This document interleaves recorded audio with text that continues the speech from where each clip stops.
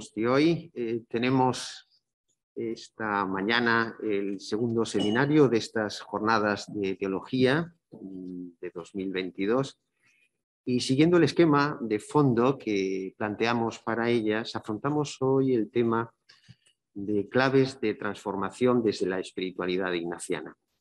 La espiritualidad ignaciana, por su mismo origen, está muy marcada por la dinámica de la conversión. San Ignacio proporciona luces sobre cómo asumir la transformación cristiana, que merece la pena rescatar y sistematizar por su conveniencia para la pregunta que ronda en estas jornadas sobre cómo conectan espiritualidad y transformación. La conocida insistencia a escala eclesial sobre el discernimiento tiene apoyaturas en claves ignacianas de la transformación personal y grupal. La pregunta es esa: ¿cuáles son las más destacadas? Nos va a ayudar en ello, ni más ni menos que nuestro rector de la universidad, José María Guibert Ucín.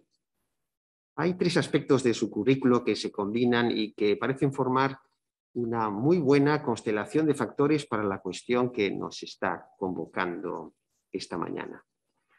Primero, la mezcla que se da en su trayectoria entre, por un lado, la sólida formación teológica, es licenciado en teología por la Jesuit School of Theology de Berkeley, y por otro, un conocimiento muy profundo de las ciencias aplicadas. Es doctor en ingeniería industrial por la Universidad del País Vasco. Al menos en lo que yo he percibido siempre de él, eso le hace inquieto intelectualmente, porque nunca le satisface situarse en una sola de las dos áreas de conocimiento que posee. Busca el diálogo entre las dos. La teología es acuciada para que exprese su aplicabilidad en el mundo, y la ciencia y la tecnología y sus derivados son cuestionadas desde la profundidad de la teología.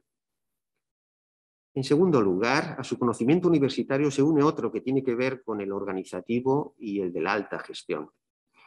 Y no lo digo por su máster en Business Administration in Higher Education Management por el Instituto de Educación de la Universidad de Londres, lo digo sobre todo por su experiencia acumulada en el gobierno de esta universidad desde hace 9 años. Nuestro ponente conoce procesos transformativos, colectivos y su particular naturaleza. En tercer lugar, el rector se ha incursionado en la espiritualidad ignaciana y ha producido varias obras en un estilo actualizador de las fuentes ignacianas. Es el caso, entre otros, de 3 de sus libros, que ahora cito: Diccionario de Liderazgo Ignaciano, del año 14, El liderazgo ignaciano, una senda de transformación y sostenibilidad, de 2017, y el último título, Liderazgo basado en la amistad, del año 2021. Así que veamos entonces cómo un azpeitarra interpreta a un paisano de hace 5 siglos en la que fue su visión de la transformación. Y para escucharlo recuerdo a los participantes del seminario que por favor, a la hora de ir siguiendo la sesión, si surgen preguntas, si surgen cuestiones que merecerían la pena de compartir para enriquecer finalmente el intercambio con el rector, utilicen el botón de la aplicación que tiene esa indicación preguntas y respuestas, porque el chat lo tenemos desactivado.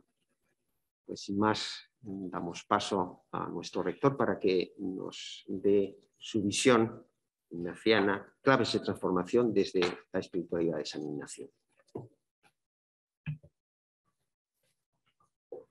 Muchas gracias, Paco Pepe, tanto por la presentación y sobre todo por la invitación también a participar en estas jornadas de teología, y gracias también por organizarlas, por generar este espacio de reflexión compartida que desde la teología quiere invitar a que pensemos en un tema que es tan relevante como es transformación y espiritualidad. Gracias a los que están escuchando y viendo desde la pantalla. Como introducción, destacar la frase que conocemos de Heráclito, Ningún hombre puede cruzar el mismo río 2 veces, porque ni el hombre ni el agua son los mismos. Y esto es decir que el cambio es permanente, todo se regenera. Hablamos de transformación. Hay muchas palabras relacionadas con esto que están en nuestras vidas y son parcialmente sinónimas. Conversión, cambio, innovación, novedad, mudanza, crisis, alteración, evolución, giro, transición, mutación, metamorfosis, variación, salto, modificación, reforma, corrección, enmienda, rectificación, progreso, desarrollo. Son términos que usamos y que hacen ver, y está más de moda estas décadas, desde el fin del siglo pasado, por los cambios que existen. Estas jornadas eligen el tema transformación y espiritualidad dentro del año ignaciano, ver todas las cosas nuevas en Cristo. Después de 500 años pueden profundizar en esto que es importante, la novedad, la transformación de los años. Antes hablábamos de la conversión de Íñigo de Loyola. En Azpeitia, en Loyola, está en su casa natal la capilla de la conversión que se llama. Ya destacamos menos la conversión, parece que nos gusta algo menos. Sabemos que no es de un momento único, ni en San Ignacio en su casa, ni en San Pablo en Damasco, en el camino de Damasco, ni San Mateo en la mesa de los impuestos. Los cambios son lentos, aunque tengamos un cuadro, una estatua que marque un símbolo de un cambio, pues sabemos que todo es lento, supone madurar y cambiar interiormente es tarea de toda la vida. En cada época usamos unas palabras u otras. Nos gusta, como decía antes, más transformación que conversión. Quizá conversión suena a algo más, no decir, cerrado, más específico, o tampoco está tan de moda el cambiar de religión, y aunque sea la nuestra, no somos proselitistas. Bien, y usamos transformación, que es una palabra quizá más abierta en cuanto a que es el hecho de cambiar. También como introducción, destacar que hablamos de espiritualidad ignaciana. Se me pide unir esto con transformación. ¿Cómo se entiende transformación de esta espiritualidad? ¿Qué aporta? ¿Se puede destacar algo? Por aclarar, destacar que a veces hablamos del ignaciano, otras veces del jesuítico. A veces se confunden los dos términos. Bien, las palabras se usan con sentido distinto. Lo jesuítico a veces es solamente la orden de los jesuitas. Lo ignaciano a veces es los jesuitas, laicos, laicas, religiosas, que siguen elementos del tema ignaciano, o sea, más amplio que lo jesuítico, o al revés, es algo más restrictivo, solo lo de San Ignacio en persona. Bien, aquí usamos la acepción más amplia, Ignacio, los compañeros primeros, la historia, laicos, laicas. Bien. Pero sí destacar que la compañía es algo corporativo desde el comienzo. 7 compañeros hicieron unos votos en París, Ignacio, Javier, Fabro, Simón Rodríguez, Laínez, Salón y Bobadilla. Otros se fueron sumando pronto, o sea, desde pronto es un grupo, una compañía. De hecho, hay un libro de hace unos pocos años, Escritos Esenciales de los Primeros Jesuitas, de Ignacio Rivadeneira, en el que se escogen textos de 20 jesuitas distintos, en los que se refleja su estilo, su espiritualidad, su praxis, y hace ver como que esto es una obra coral. Posteriormente, esto se ha vivido y revivido. Lo anterior fue hace 5 siglos, todo se reinterpreta. O sea, que ignaciano también es lo que ahora entendemos o lo que ahora traducimos a nuestro tiempo de lo que fue el comienzo de la historia y la vida de la compañía. Y para acabar con esta introducción, destacar que haré 3 partes o como primera aproximación planteo 3 niveles de transformación: personal, corporativo o global. La transformación de las personas es algo que caracterizó a los primeros jesuitas. Ignacio, al principio Íñigo de Loyola, antes de ser Ignacio, lograba el cambio en las personas por medio de los ejercicios espirituales. Lo que ocurría en esa experiencia de oración era la base de su relación con las personas que experimentaban ese modo de orar. Hablaba de eso con la gente que hacía esa experiencia. De ahí surgía amistad y compromiso común. Desde esa experiencia inicial, términos como apostolado personal, relación personal, conversación espiritual, acompañamiento, cuidado de las personas, cura personalis, cura apostólica, son parte de nuestra tradición desde el mismo comienzo. Por su parte, la dimensión organizativa o corporativa y la transformación organizativa son también parte de esta espiritualidad. Al principio, más que transformación, fue crear entidades con rasgos propios, crear comunidad, ser un grupo, crear una compañía, una corporación, instituciones, elegir áreas de misión compartida. Es algo también de los primeros jesuitas, y siendo con un cariz, un espíritu propio. Hoy hablamos de identidad y misión de obras apostólicas y nos permite profundizar en su sentido. Lo importante aquí es que la espiritualidad no solamente es algo íntimo o personal o individual, sino que es corporativo. Eso también hay que destacarlo y quiero destacarlo. El tercer nivel de consideración es el mundo, transformar el mundo. O sea, apostolados que van más allá de lo personal e institucional y tienen una implicación más global. Y quiere intervenir en el mundo. Es algo menos definido que lo anterior, pero también es una reflexión a la que no hay que renunciar. Y de hecho aparece ya la mentalidad inicial y está hoy presente. Antes usaban el término universal, lo calificamos como internacional o global o supranacional, pero está ya parte en la espiritualidad original, como comentaré después. Estos tres niveles son los que marcan los apartados de este texto que estoy ahora presentando, de una manera de expresar ideas que tienen que ver con esta espiritualidad y esa transformación. Sin querer caer en San Ignacio ya lo dijo todo, pero sí pensar en que hay elementos de la espiritualidad ignaciana que tienen que ver con transformación y espiritualidad. Como digo, estaba ya presente en los primeros jesuitas, esos tres niveles, y lo que quiero decir es que si perdemos alguno de ellos, será algo que perdamos importante. Entonces, el primer punto, el plantear la transformación de la persona. Este año centenario se centra en esta cuestión. Una persona, Íñigo de Loyola, hace 500 años, lo que pasó en Pamplona, Loyola y Manresa, es lo que queremos celebrar y profundizar. El lema de este aniversario ignaciano, ver todas las cosas nuevas en Cristo, es lo que pasó en Ignacio en esos años. Una herida muy grave, una contienda militar, una guerra civil en Pamplona. A los 30 años hizo que Ignacio se planteara toda su vida. Íñigo, entonces era Íñigo de Loyola. Los meses de recuperación en su casa natal fueron el comienzo de un camino que duraría toda su vida, un camino interior y exterior. El camino exterior fue peregrinar y transitar por varios países de Europa, e interior fue seguir lo que sentía por dentro. Dios que habla y llama a su manera en las personas y en los hechos. Al principio entendía menos qué era eso de Dios, luego avanzó evidentemente mucho más. Lo interior motivaba o dirigía lo exterior. Aquí la clave es importante caer en la cuenta. Más que hacer lo que te dicen los demás, lo que pasa afuera, las circunstancias, el mirar dentro qué es lo que quieres hacer y realmente buscas o Dios quiere de ti. Sus búsquedas personales fueron lo que le llevan a actuar y relacionarse con mucha gente y emprender acciones bastante llamativas y entre ellas crear una orden religiosa. ¿Cómo describir lo que pasó en el interior de esa persona? Como señalaba antes, en su casa natal, en Loyola Azpeitia, fue donde inició ese camino. Fue curando sus heridas, se planteó un cambio de vida, abandonar la vida cortesana y luego meditar, a la que le llevaba la pertenencia a su familia, grupo social, y comenzar un camino de peregrinación en pobreza buscando a Dios, haciendo apostolado. Fue peregrinación física, en el sentido de que quería dejar su hogar e ir hacia Tierra Santa y dedicar su vida a predicar la buena noticia de Jesús de Nazaret, pero también pronto y sobre todo la peregrinación fue interior, preguntarse qué es la vida, cómo te llama Dios, qué hacer en la vida, cómo tratar a la gente. Le costó mucho entender cómo Dios le llamaba. Si le costaba es que nada de lo que antes hacía le satisfacía. A la vuelta de Tierra Santa formuló la pregunta «Quid agendum?», ¿qué hacer? Y toda su vida tuvo esta pregunta y obligó a pensar, discernir lo que estaba haciendo. Tanto se preguntó a sí mismo, tanto indagó, que rompió moldes, tan a fondo fue su búsqueda que cuando fue sistematizando lo que iba encontrando y compartiéndolo, creó lo que llamamos espiritualidad ignaciana. No es que se planteara crear una espiritualidad nueva, lejos de él ser tan protagonista, pero sí, desde su determinación, creó un nuevo camino. El camino al final es busca tu camino, no ser responsable y profundiza. Entonces, si queremos describir este camino, destaco 3 términos: oración, introspección y acción. Oración es simplemente decir que este hombre buscaba a Dios.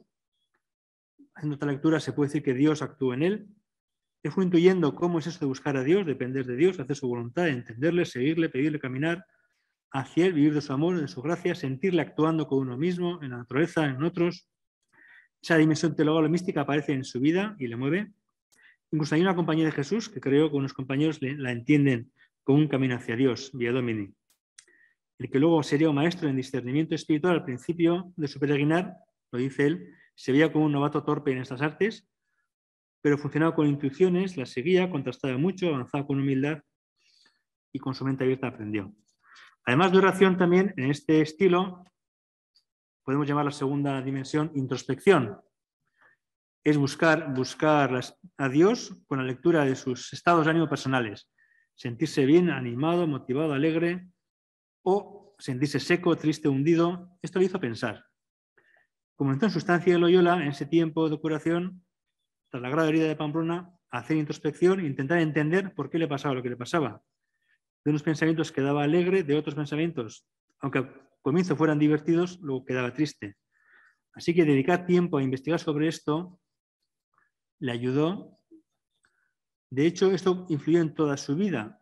En sus últimos años en Roma, Ignacio cuenta su vida y al narrador le dice las elecciones que especialmente me dijo las había sacado de aquella variedad de espíritus y pensamientos que tuvo cuando estuvo en Loyola, cuando estaba todavía enfermo de una pierna. O sea, que al acabar su vida recuerda que lo que pasó en Loyola fue la clave por la que empezó a pensar en los temas de discernimiento y elecciones. Esto me gusta porque quizás es importante. A veces hacemos en la vida, no solo en teología, somos sofisticados, somos un poco raros, somos muy artificiales. Y las cosas básicas es lo que a veces marca más la vida. No hay que dar tantas vueltas a muchos temas. O sea, que lo que en su enfermedad empezó a sentir y a formular fue lo que toda su vida luego hizo. Pero no fue esto solamente una introspección psicológica, como tiene que hacer las terapias según modelos, sino que lo destacable es que incluía la variable Dios. ¿Qué me dice Dios? ¿Dónde está Dios? ¿Qué me da Dios? ¿Cómo actúa Dios? No es una pregunta teológica o filosófica en sí misma sobre justificar a Dios o explicar la naturaleza. Tampoco es algo racional. Está para eso la Facultad de Teología, para hacer cosas más críticas, un estudio con más rigor en los conceptos de la historia de la Iglesia o la Escritura. Fue una experiencia que le cuestionó, le atrajo, le sedujo tanto que lo que hizo fue seguir las intuiciones que veía en la oración, reflexionar sobre ellas y optar por dejar la familia, la condición social, comenzar un camino. Dejó Loyola en 1522, se encaminó hacia Tierra Santa, por circunstancias del viaje se detuvo unas jornadas en Manresa. Allí en vez de estar unos pocos días, estuvo un año y atendía sobre todo lo que pasaba dentro. Tras un tiempo de atasco y falta de luz, pasó por un proceso en el que comenzó a ver, dice él, todas las cosas nuevas. Estas palabras de la autobiografía han inspirado el lema del centenario. Lo que dice es, no es que viese alguna visión, sino entendiendo y conociendo muchas cosas, tanto cosas espirituales como de cosas de fe y de letras. Esto con una ilustración tan grande que le parecían todas las cosas nuevas. La frase de San Ignacio. O sea que esta dimensión de introspección se traduce en ejercicios de oración que él hacía, proponía a otros, fue sistematizando todo lo que hacía, todo lo que hablaba, hacía lecturas, contrastaba, y de ahí surgió la experiencia de ejercicios espirituales, como un trabajo personal de un mes de duración que lleva a la persona que los hace a un encuentro con Dios, consigo mismo y su realidad, le provoca una experiencia de Dios y unas tomas de decisión comprometidas sobre temas menores y mayores que marcan la vida del que hace. Así que la oración en sentido de acción lleva a transformación, cambio en la persona, en su modo de ser y de plantearse las cosas. La oración no es inmovilismo, sino todo lo contrario. Y la tercera característica para describir este camino ignaciano, hace referencia a otras dimensiones de este modo de la vida, oración y acción, vida contemplativa y activa. La misma oración que propone este método es acción. La oración misma, cada paso son acciones, cada paso de la oración. Aunque el objetivo sea descubrir a Dios, buscar pasividad o experimentar pasividad o un cierto dejarse llevar por Dios, esto no implica que suponga también poner muchos medios para entrar en esta dinámica de escucha de lo que Dios quiere o recibir su fuerza. Hay que actuar en la oración, dedicar tiempo, disponerse personalmente, leer, meditar, contemplar, ver internamente, oír, pedir, sentir, examinar, notar, escribir, repetir, resumir, confiar, dejarse afectar, considerar, razonar, preguntar. Son acciones personales relacionadas con los tiempos de oración. Aunque buscas luego la pasividad de recibir de Dios, pero hay que hacer, cosas. Esto es pura acción y no solo es profundizar o hacer pura introspección o conocerse más, sino, sorpresa, captar la acción de Dios, recibir de Él o ser llevado. Se pone en juego de modo consciente la vida interior, se logra entrar en ese misterio de donación y gracia, dar y recibir. No es un diálogo o pensamiento racional, como hace la filosofía o hace la teología, sino que son ejercicios espirituales más cerca de espiritualidad o psicología y con una componente mística que es buscar estar con Dios o recibir su ilusión, su amor y su gracia. Entonces, esta dimensión de acción es importante destacarla porque más que teorizar, se parte de buscar una experiencia y dar fruto y también saber salir de los atascos personales. Digamos que es una espiritual de la acción, la espiritual anciana, y que quiere buscar hacer la experiencia mística y espiritual. En resumen, de esta parte así primera de la persona, destacar que lo ignaciano es tener experiencias de oración, es que uno lee su vida, lo que hace, lo que le pasa, se profundiza, se juega, se pone en juego la vida que uno está viviendo, se busca la sinceridad, no cae en autoengaños y sentir el amor de Dios que es fuerte, que ayuda a tomar decisiones. Uno puede actuar a veces, digamos, desde lo exterior, imitando a los otros, puede ser bueno, pero es mejor si uno se cree lo que hace y no solo hace por obligación, por cumplir, por quedar bien. Además notamos si uno hace las cosas por obligación o por sentirlo. Entonces, lo que uno hace por obligación, pues no puede perdurar. Bien, entramos en el misterio de amor y gracia de Dios como una dimensión nueva. Es algo no fácilmente descriptible, pero que la ciencia no puede describir con su método y la teología nos toca hacerlo razonable o lo más razonable o entendible posible. No es racional o demostrable o entendible a la fuerza, pero sí buscar que sea, como digo, razonable o entendible. Una segunda dimensión, además de lo más personal, comentaba la organización. Aparece pronto en la vida de Íñigo, en su camino, lo comunitario.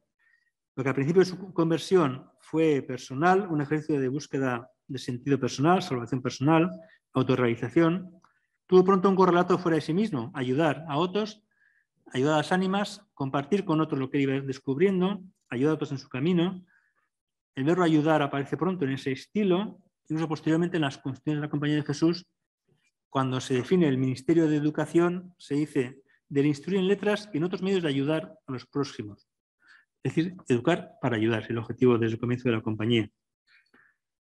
Su trabajo, su visión apostólica pronto requería además compañeros, buscó compañeros desde que vino de Tierra Santa, en Barcelona, Alcalá, Salamanca, cuando empezó a estudiar.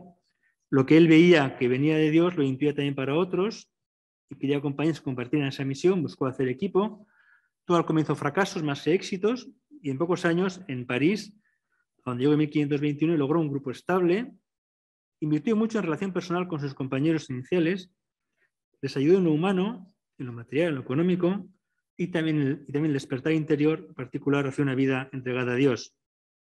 En 1534, 7 compañeros graduados de París o estudiantes hicieron un voto para vivir en pobreza y predicar el Evangelio en principio en Tierra Santa.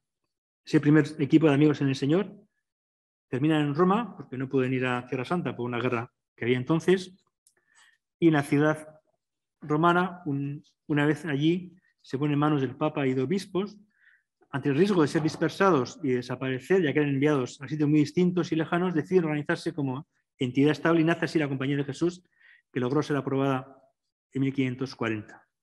Lo que al principio fue una causa individual, fraguó pronto una causa comunitaria. Entonces, si queremos destacar algunos aprendizajes relacionados con la idea de transformación comunitaria o corporativa, destaco 2. El discernimiento en común y crear y cuidar organizaciones para la misión. Sobre el discernimiento en común tenemos que destacar que este hay un aporte de la espiritualidad ignaciana a las organizaciones. Se basa en 2 principios.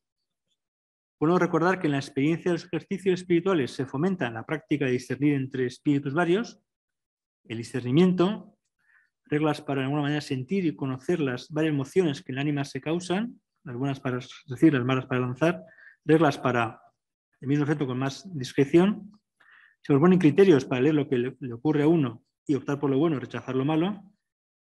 Como decía antes, además de leer la propia experiencia, introspección, se considera qué es lo que Dios puede querer sugerir, oración, y todo orientado a tomar decisiones y actuar, acción. Por otro lado, este grupo de compañeros de Íñigo tuvieron que ir tomando decisiones desde que se creó. Cada uno tenía su experiencia en lo que corresponde a decisiones personales, pero transcurrir el tiempo les llevó a plantear la necesidad de liderar cosas en común. No basta con que cada día o cada mes, uno hiciera de superior ante los otros, algo más había que hacer. En algunas ocasiones ejercieron el discernimiento ignaciano. El discernimiento más documentado, más fuerte o más importante fue el denominado Deliberación de los Primeros Padres de 1539. Este grupo inicial carismático tuvo que decidir ni más ni menos si seguían juntos como compañeros o si desaparecían, se dispersaban. Y segundo, si decidían seguir juntos, ¿cómo? Crear una orden religiosa, vincularse con voto de obediencia. Fue decisión larga y difícil, pero al final la afrontaron. Nos ha quedado el método y nos ha quedado la compañía.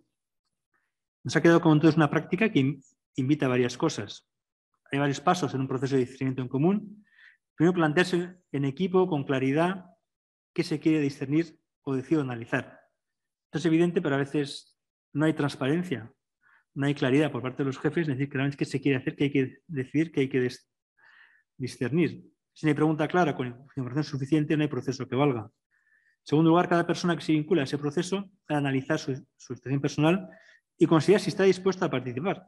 Y participar es aportar sinceramente y aceptar y asumir de buena gana una decisión comunitaria u otra. Vamos a ser conscientes de los impedimentos que tiene o la falta de libertad o ver qué remedios pone para compensarlo. En siguiente lugar, se aplican los discernimientos, los criterios de decisión personal para esta causa común.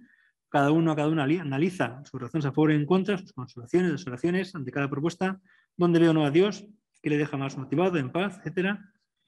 Hecha oración se comparte lo que uno siente, todos escuchan sin prejuzgar, a veces como método y por no influir unos en otros aportan separadamente todas las razones a favor, en primer lugar, en otra ocasión todas en contra. Estos tienen unos ejercicios para fundar la compañía. Tras escuchar lo que todos sienten y piensan, se consideran las razones que están sobre la mesa, se hace una primera valoración sobre la cuestión, si va habiendo consenso sobre la cuestión de decidir o si se ve que es de buen espíritu, va acabando el proceso, si no se repite el proceso, y cada uno de los participantes se plantea la cuestión otra vez, pero esta vez habiendo escuchado muchas más valoraciones y estando las cosas más aquilatadas. Un proceso así generalmente lleva consensos, aunque no siempre se llega a consensos totalmente uniformes, y hay que plantear de otra forma la cuestión o se delega en otra instancia la decisión. Tiene un gran valor porque se hace el ejercicio de pasar de creer lo que individualmente Dios me pide a sentir lo que Dios nos pide. Y participar de una dinámica así nos une como personas, nos hace disponernos al bien común del grupo, de la organización, del equipo, genera una identidad común, una misión común, una capacidad de diálogo, de escucha, bien, que esto es muy importante para el funcionamiento futuro de un equipo. Existen instituciones que fomentan esta práctica de deliberación en la vida ordinaria. Se trata de hacer el ejercicio de escuchar lo que Dios quiera decir a través de la opinión y parecer de todos. Por otro lado, se logra que la vida no sea un puro activismo en las organizaciones, activismo con temas no muy bien discernidos, sino que en cambio nos centremos más en la identidad y en la misión. Y este tema tendría bastante que ver, o se ve mucha relación esto con lo que hoy en día queremos de sinodalidad en la Iglesia Católica, que en parte este espíritu es compartido. En vez de que unos pocos decidan, se busca hacer el ejercicio de que más voces sean escuchadas, se invita a la participación, fomentar la responsabilidad, impulsar la implicación personal en vez del pasotismo. Otra cosa es que decida el que decida, según los reglamentos, según los votos, según un equipo pequeño, como sea, en cada caso, cada entidad de cómo se decide, pero el ejercicio de escuchar a todos, implicar a todos, es una intuición importante y forma de trabajo. Además, entonces, de este discernimiento personal, es destacar también para el tema que tenemos hoy de transformación y espiritualidad, las organizaciones. El papel de la espiritualidad en las organizaciones. El camino grupal no termina, como decía antes, en la intimidad de un grupo, por mis amigos unidos en los que estén en ese grupo. Los retos siempre son complejos. Los proyectos a largo plazo piden instituciones que den estabilidad a un trabajo. Se logra más fruto. O sea, que un grupo individual, un grupo de pocas personas, pasa a crear una institución. Pues el siguiente paso en la historia de la Compañía de Jesús fue, tras pasar por un inicio en el que los trabajos eran por parejas o individuales de unos pocos meses, fue dar paso a planteamientos a crear instituciones apostólicas. Se implicaron en muchas dificultades al asumir y acometer proyectos complejos que requerían cierta institucionalización. En los primeros años, el principal cambio de la orden recién aprobada en el 40 fue, antes del 50, pasar a apostolados individuales a asumir instituciones apostólicas complejas. Aceptar la gestión de los colegios fue la principal concreción de esta opción. Messina en Italia, Gandía, Goa en India son las primeras entidades educativas asumidas por los jesuitas. En general se trataba en general de encargos de obispos en lugares dispersos. Una decisión así cambió la compañía, fue lo que más cambió en ese comienzo de Compañía de Jesús. Todavía hoy, hace 500 años, hay quien discute si esa institucionalización de la orden fue una buena opción o no. Hay quien prefiere que la compañía abandone instituciones grandes y renueve su carisma de apostolados individuales o compromiso más o menos de grupos pequeños o en red, pero de poca o ninguna estructura. Sea lo que sea, mucho bien sentido al trabajo de instituciones. Un ejemplo, pongo aquí, es el que sigue, el que era vicerrector para identidad y misión en Boston College. Hace años me decía que está contento con su puesto. Antes trabajaba en pastoral penitenciaria en su ciudad, más o menos solo, desde que le hacen vicerrector de I+M, que es un puesto que él no pidió, que le mandaron allí, ha logrado crear un cuerpo de más de 30 voluntarios para el trabajo voluntario en la prisión. Está muy contento por lo que supone de institucional y de más gente disponible para ese trabajo. Pero la pega es que las instituciones llevan consigo cierta pesadez organizativa, una estructura grande y costosa que hay que cuidar y mantener, una facultad de teología, una universidad. Buscamos encarnar un espíritu, unos valores en una entidad grande. Esto es más complejo que un carisma personal. La estructura puede ser tan pesada que ahogue el carisma. A las malas puede hacer que su único fin sea la mera supervivencia, no un servicio apostólico. La principal institución que se creó en tiempos de San fue evidentemente la misma Compañía de Jesús. En general supuso el paso de unos carismas individuales, más o menos individuales, a plasmar en un colectivo de institución ese mismo carisma ignaciano, un cuerpo bien organizado. La constitución de la Compañía de Jesús, una encarnación en un cuerpo de un carisma que a veces pensamos equivocadamente que es solo personal individual. Dichas constituciones son más que un texto legal, un texto espiritual. Tenemos ahí elementos como cómo se cuida a las personas que entran en una organización, cómo se ven los aspectos internos, las dimensiones personales, cómo se ve la formación, la apostolado de educación, la misión hacia afuera, la unión entre personas, el gobierno. Son temas que aparecen en las constituciones y es algo corporativo, no es algo individual. Como decía, más que un tema organizativo, es un documento que transmite un espíritu y una inspiración para el liderazgo ignaciano, para el gobierno ignaciano, para la pedagogía ignaciana, para unión de ánimos ignacianos, para los votos en el sentido ignaciano. Por eso una reflexión sobre transformación ignaciana también tiene que tener un capítulo sobre visión corporativa o comunitaria. No todo se juega en el corazón individual del jesuita o laico, sino también en la organización. Esta intuición no se queda solo en lo que pasó hace 500 años. En todo el mundo hoy en día, estas últimas décadas, desde tiempos de la RUPE quizá, se han planteado profundizar en el papel de las entidades jesuitas. Daros concretos, ¿cuándo se puede una institución decir que es jesuita? Pongo un par de ejemplos. En el caso de España, en 2018 se aprobó un documento, Obras de la Compañía al Servicio de la Misión. Ahí se formulan varios rasgos que definen lo que la compañía quiere en sus instituciones. Es una decena de rasgos. ¿Cuándo una entidad se puede decir que es jesuita? Define un rasgo, define concreta su proyecto institucional como parte de la misión de la compañía. Discierne de continuo para dar lo mejor de sí misma. Discierne la obra, no las personas sueltas. Las personas están definidas como son las a las que sirve, es una principal prioridad del proyecto. Contribuye como institución a un cambio de valores, a la transformación social, la reconciliación. Ofrece procesos de implicación en causas justas. Ofrece procesos de descubrimiento y crecimiento en la fe. Incorpora la protección y cuidado del medio ambiente. Evalúa su desempeño apostólico y sostenibilidad de forma periódica. Es liderada de forma ignaciana. Promueve el sentimiento de pertenencia. Existe una instancia clara que ejerce tareas de gobierno en la obra. Lleva a cabo su proyecto en red con otras instituciones. O sea que el espíritu, lo espiritual y la mística se concretan en un grupo humano, una institución, con esos 12 rasgos, más allá que la experiencia personal e individual. Eso quiere decir que las compañías, las autoridades concretan en estos temas el carisma y espiritualidad ignacianas y jesuitas. Cada cierto tiempo, número de años, las instituciones tienen que demostrar cómo cumplen con estos principios y qué propuestas de acción y mejora proponen en cada uno de estos ámbitos o los más relevantes.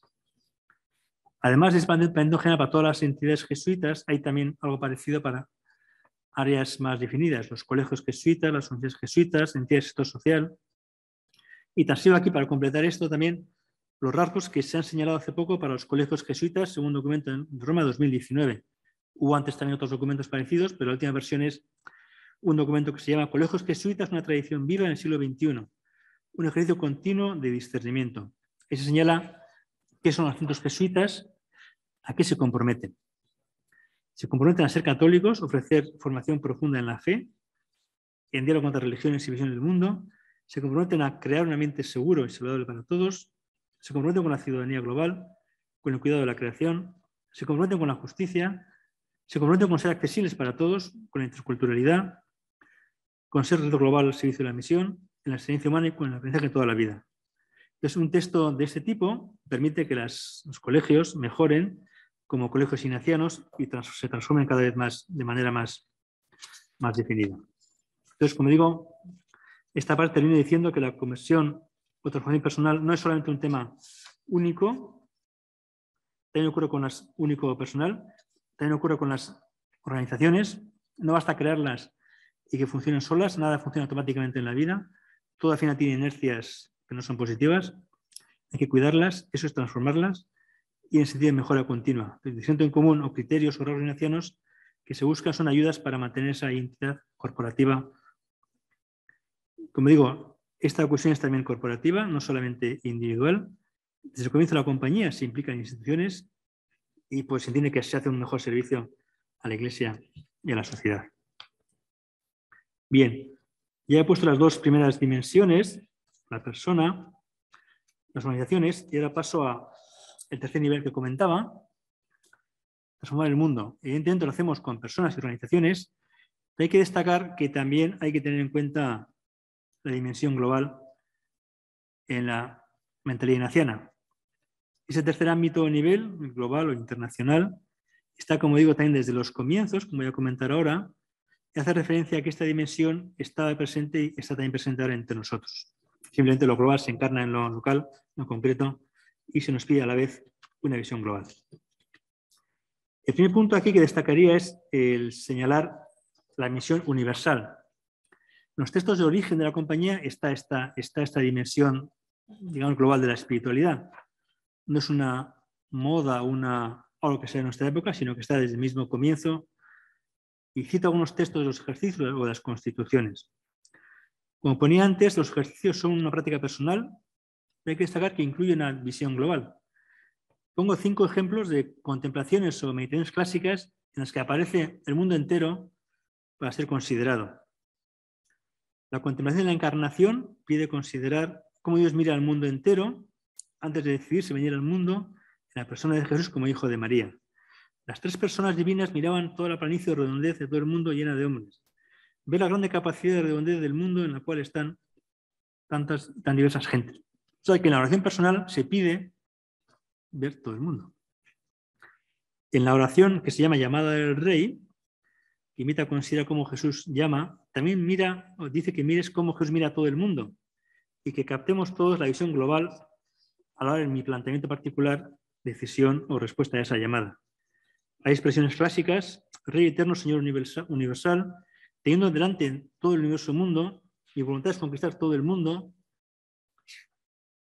Ahí tiene otra meditación clásica, las 2 banderas, que considera el bien y el mal, y nos hace pensar y considerar que el mal está repartido por todo el mundo. Cómo Jesús busca seguidores por todo el mundo para ser enviados a lugares más recónditos. Algunas frases, considerar cómo el mal hace llamamiento del mal por todas las ciudades, unas por todo el mundo. Considera cómo el Señor de todo el mundo escoge tantas personas, apóstoles y discípulos, los envía por todo el mundo, esparciendo su sagrada doctrina. Es ver el mal y el bien en todo el mundo. Otra expresión conocida de las formas de humildad también dice, aunque me hiciesen Señor de todas las cosas creadas de este mundo. Lo mismo se menciona al final, el envío a los apóstoles, envío de Cristo, los envió por todo el mundo a predicar. Esto quiere decir que en el conjunto de los ejercicios, aunque el retiro está centrado en uno mismo y en descubrir lo que Dios va diciendo conmigo, aparece esta dimensión mundial. Esto está unido a que fue así en los primeros textos cristianos o eclesiales, pero está bien que se diga de modo tan expreso y seamos conscientes que la respuesta a la llamada de Dios ha de tener en cuenta la transformación del mundo, no solo mi realidad particular o cercana. O sea, uno no solamente medita sobre sus problemas, no dice obsesiones o sus neuras, con perdón la expresión, sino que tiene que tener en cuenta en la oración los problemas del mundo. Lo mismo con la compañía y el texto de las constituciones. También aparece esta dimensión global. Ignacio usaba la expresión universal para referirse a amplitud de miras. Hoy en día universal va más allá de la Tierra, evidentemente se refiere a todo lo existente. Él también empleaba la expresión compañía universal en dos sentidos. Por un lado, hacía referencia al conjunto de la compañía, invitaba así al salir del propio camino, propio campo de vida de la propia comunidad o la propia misión, y referirse al conjunto de la misión de la compañía. Lo universal tiene más valor que lo particular.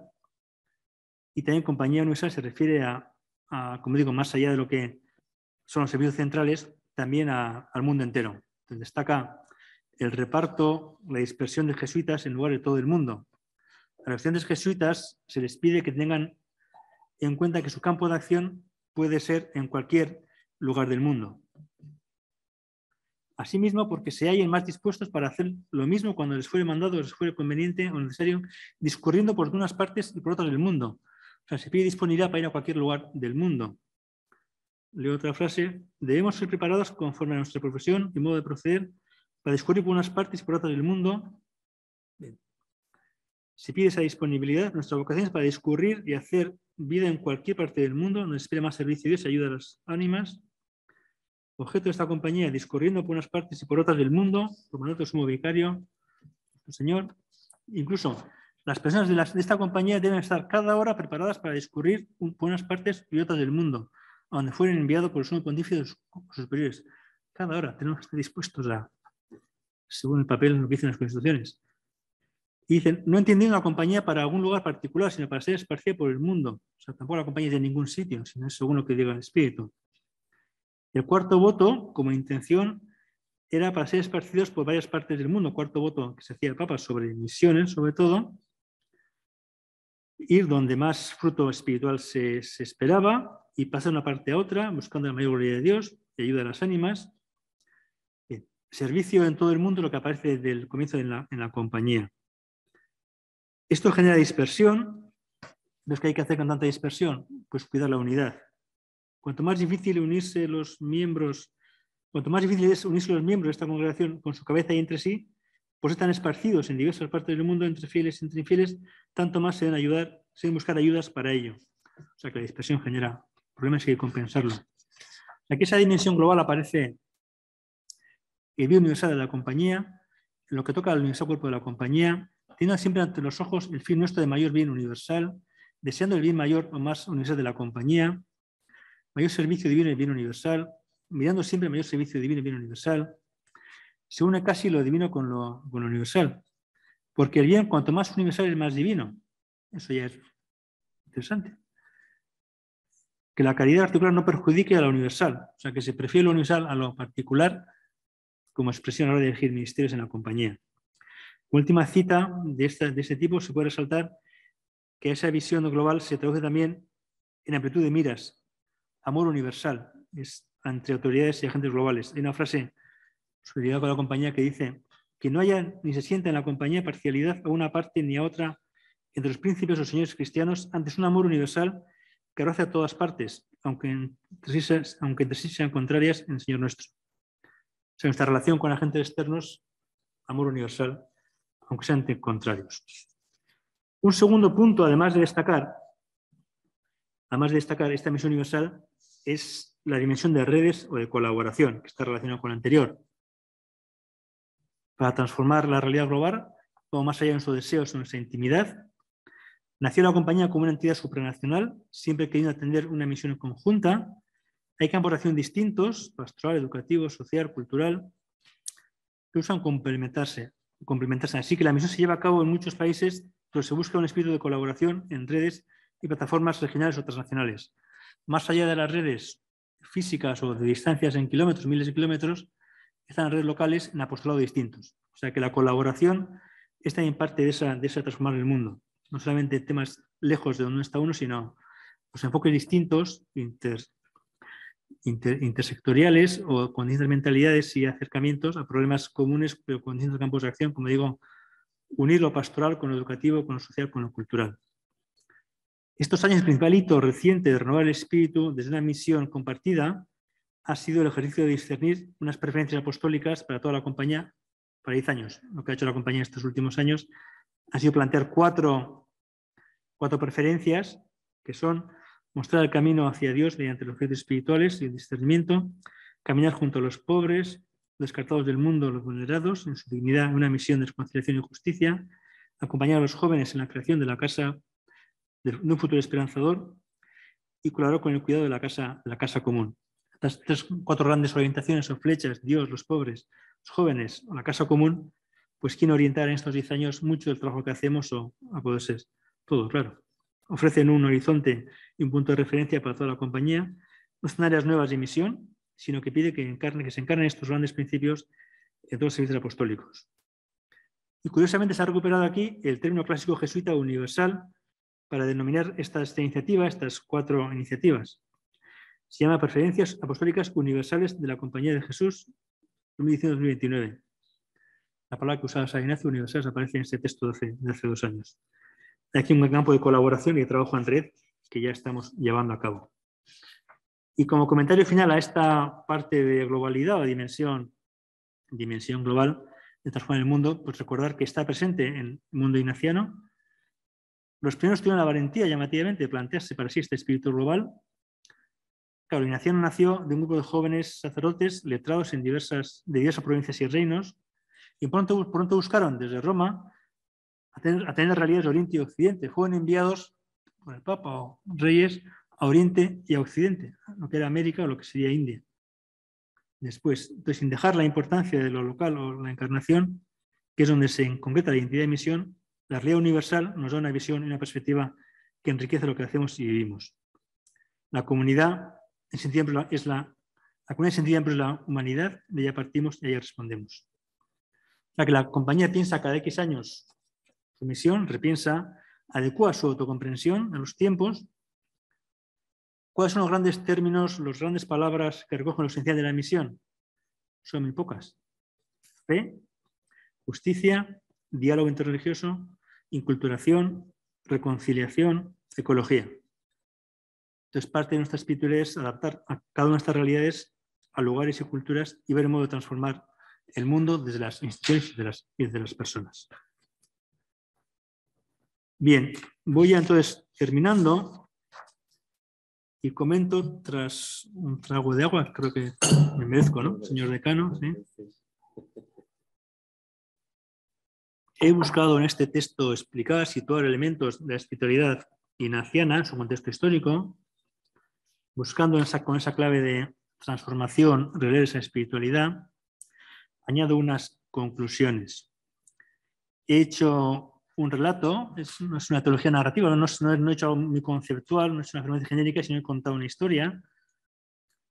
Hablar de espiritualidad ignaciana es remitirse a una historia, pero si nos quedamos solo en el pasado, somos incoherentes o no somos responsables. No es que hable una historia bonita, que fue muy fértil en la historia, ya que no tiene vigencia, sino creemos que como es una espiritualidad, es algo vivo y transformador y sigue siendo motivador y entusiasmante en muchos continentes. Y a modo de conclusión señalo cinco temas para destacar lo que hoy en día tiene esta espiritualidad de transformador, pues si valen para debatir o si valen para seguir el diálogo. Uno, la dimensión personal de esta espiritualidad. Esto nos invita a una transformación que lleva a compromiso y profundidad, una teoría y práctica, hace referencia siempre a la experiencia personal para formular una acción. Los ejercicios espirituales son una experiencia que invita a personalizar la fe, experimentarla e iniciar un camino de transformación. Sin esta experiencia todo es cacarear.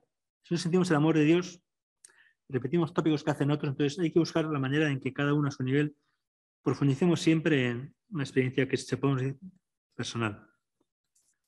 En segundo lugar, como una conclusión, esta espiritualidad tiene una dimensión teologal, evidentemente tiene que tenerlo, pero viene bien recordarlo siempre. Nos invita a seguir profundizando en la experiencia y concepto de Dios. Si la cultura cambia, ha de cambiar la teología. Y aquí añado ya algo ya más de mi cosecha, porque estamos en un tiempo en el que no vale con afirmar que queremos evangelizar la cultura o señalar que hemos de actualizar el lenguaje. Creo que la situación es más grave hoy en día.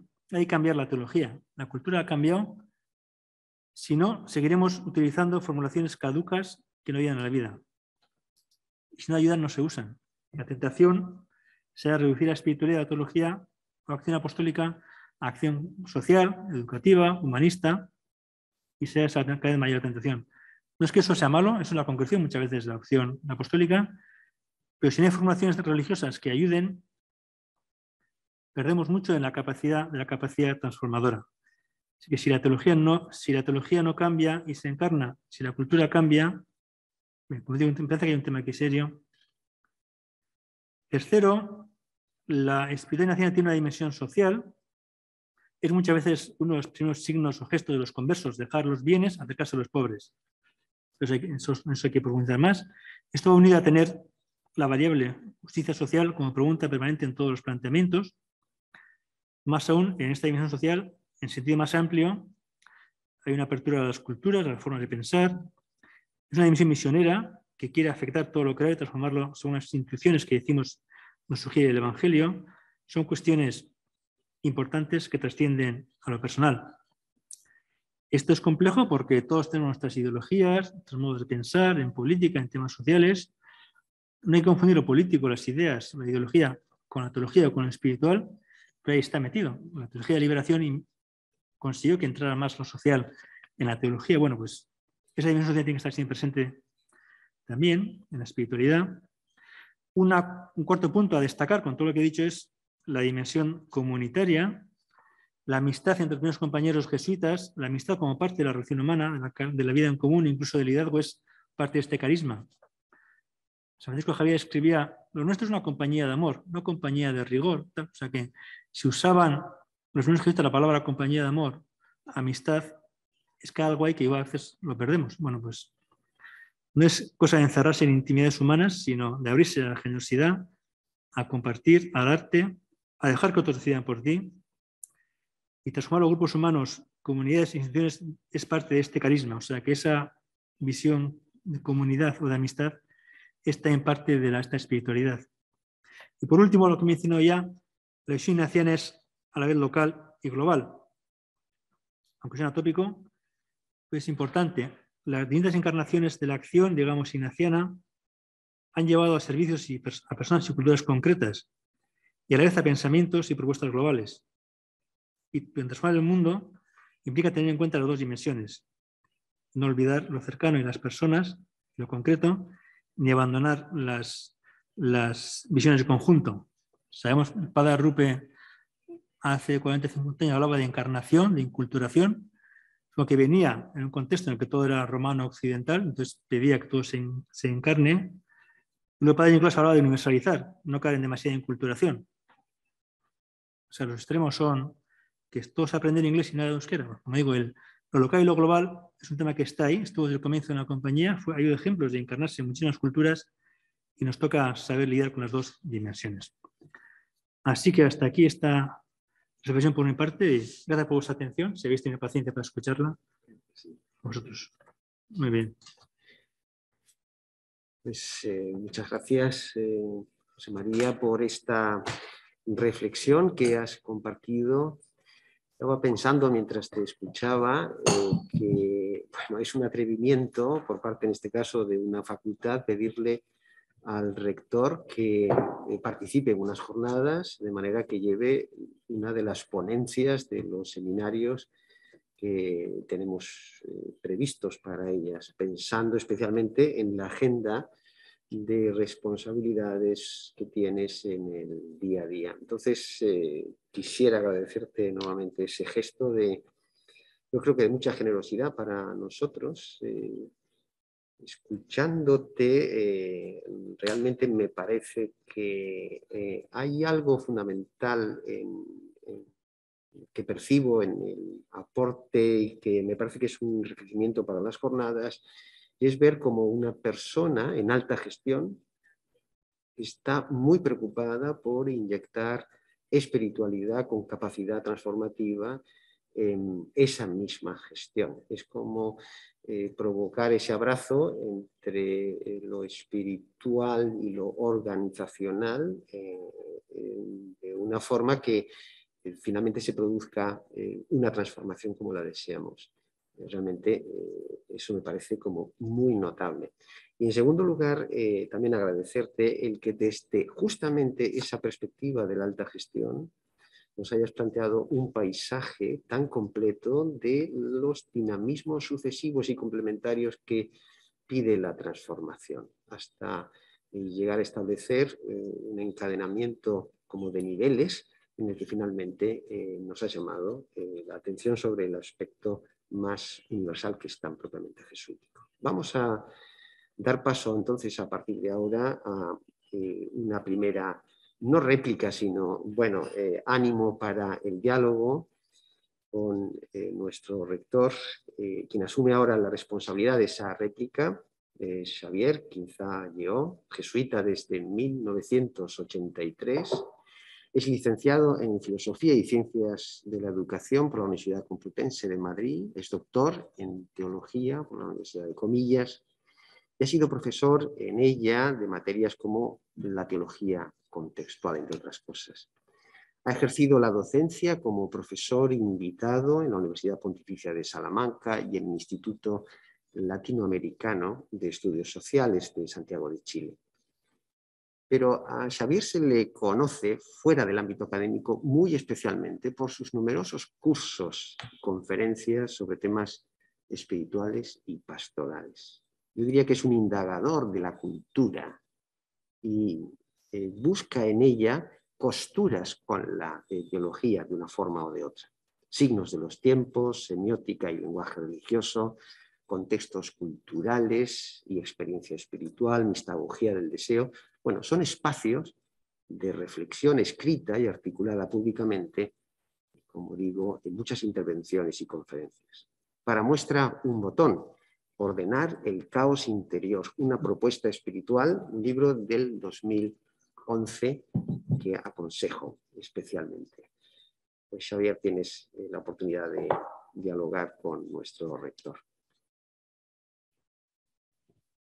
Es que ricasco, estoy encantado de participar en estas jornadas de teología que creo que una vez más nos dan un marco para no solamente nuestra relación íntima o incluso personal con Dios, sino con un cambio cultural que es lo que transforma verdaderamente las cosas. Si no hay cambio en los modos como percibimos el mundo, y la cultura forma parte de eso que llamamos mundo, entonces estamos siempre como volviendo sobre nosotros mismos, pero como diría Wittgenstein, como una mosca dentro de la botella. Tenemos que abrir la botella si queremos poder ser de alguna manera con una significatividad nueva en esta incierta realidad de nuestra época.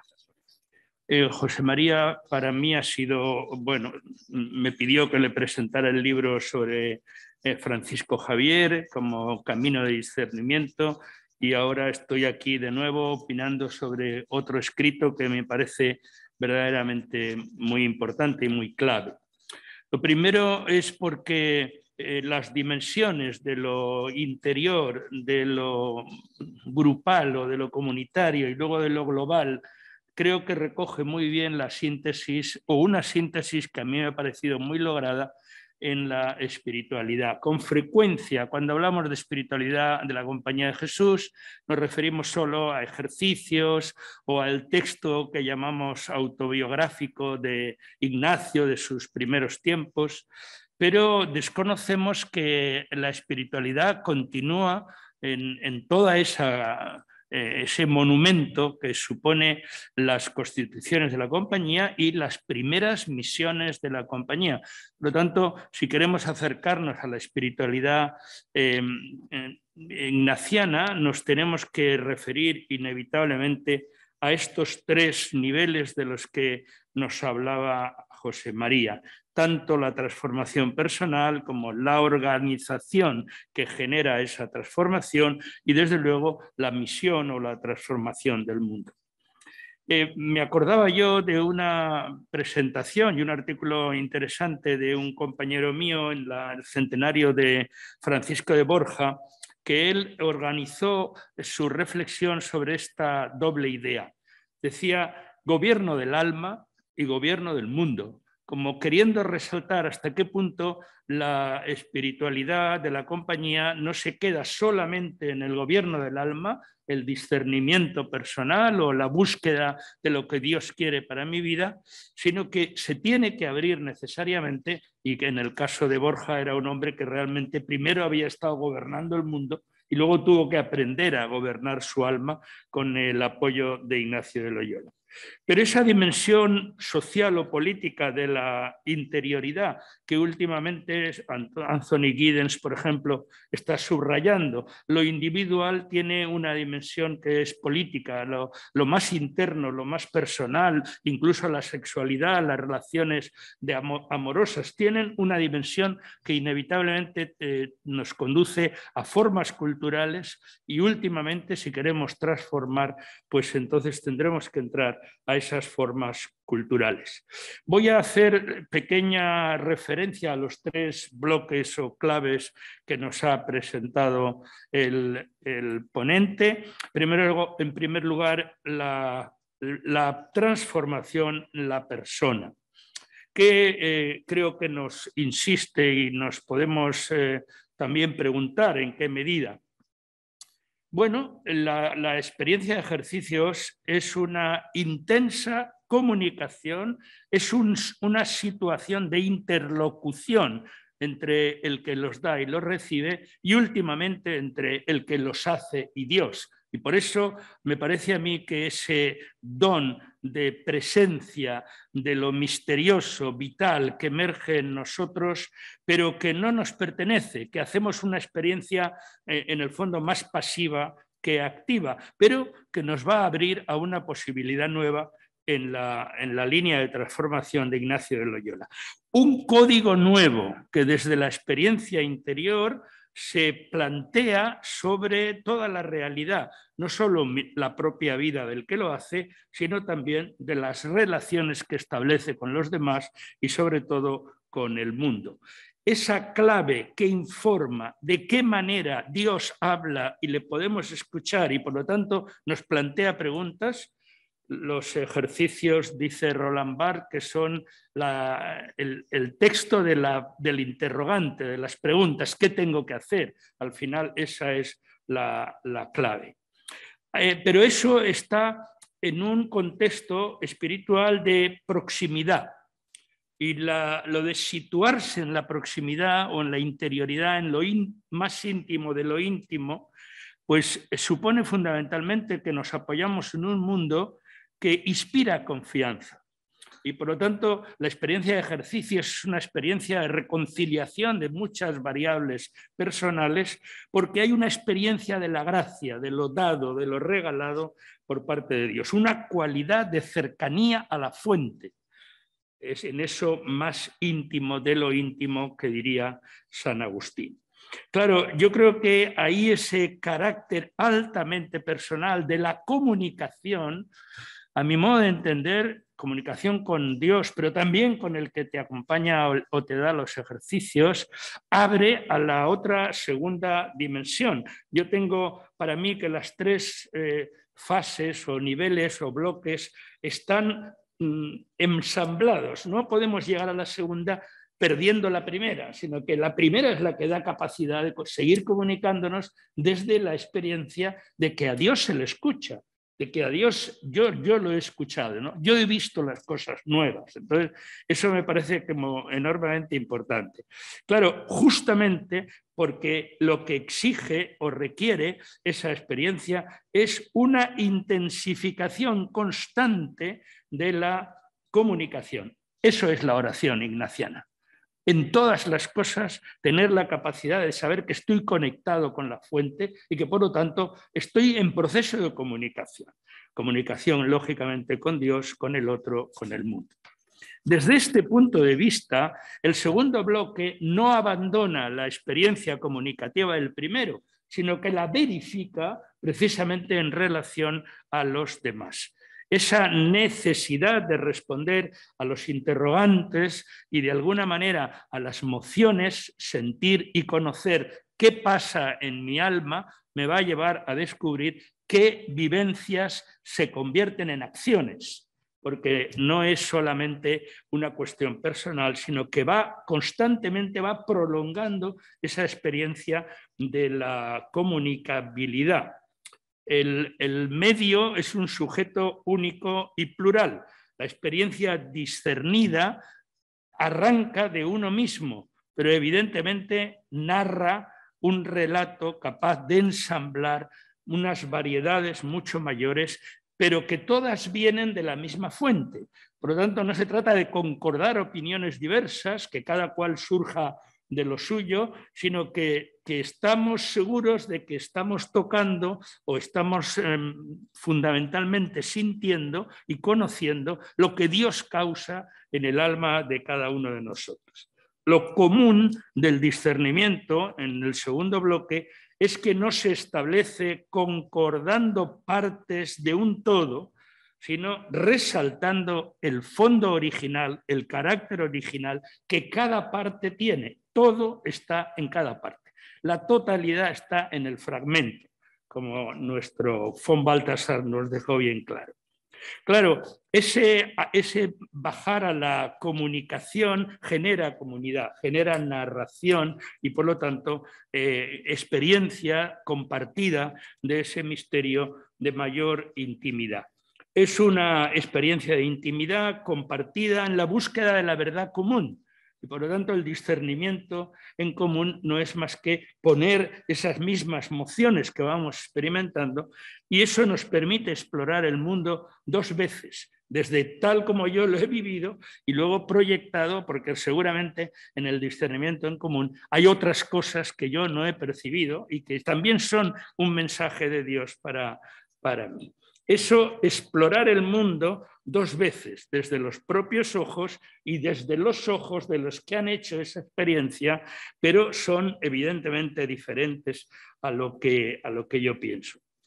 Lo tercero me parece que viene también de muy fácil, y yo agradezco muchísimo a José María que haya resaltado que la espiritualidad es mundana, que la espiritualidad de San Ignacio es transformar el mundo, que la espiritualidad de la Compañía de Jesús no es una espiritualidad de intimidad y de diálogos interiores, ni siquiera una comunidad de asociación de personas, sino que tiende a una transformación de la realidad y, por supuesto, en el fondo nos enseña que cuando hay gobierno del alma se generan comunidades y a la vez también se va planteando de una manera nueva quizá lo que entendemos por transformar este mundo, cambiar esta cultura o esta sociedad.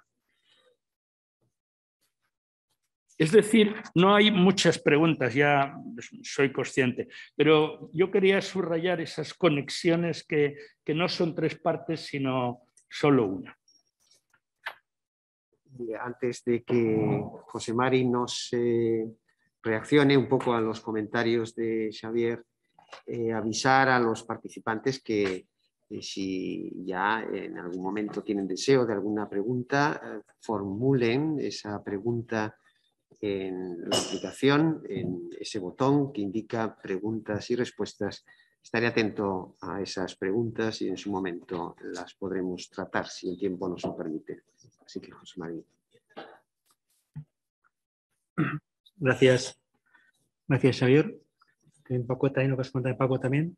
Simplemente destacar, oye, que lo que has dicho, me alegro que coincidamos en mucho y sobre todo que has puesto palabras que yo casi no había mencionado y que también son importantes para entender todo lo que estamos hablando, ¿no? El mundo ignaciano.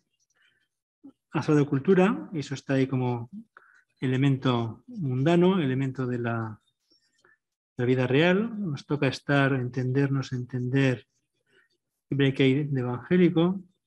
Yo a veces una vez leí, y desde entonces me gusta el esquema de usar la palabra mundo en tres acepciones. Era un libro de San Juan, sobre San Juan, el Evangelio de San Juan, y más o menos entendí como que mundo a veces en el mismo texto significa el mundo, la tierra, físicamente globo terráqueo. Mundo significa a veces también la cultura humana, el modo de pensar, el modo de hacer, el modo de justificar, los valores. ¿No te refieres a esto? El modo de...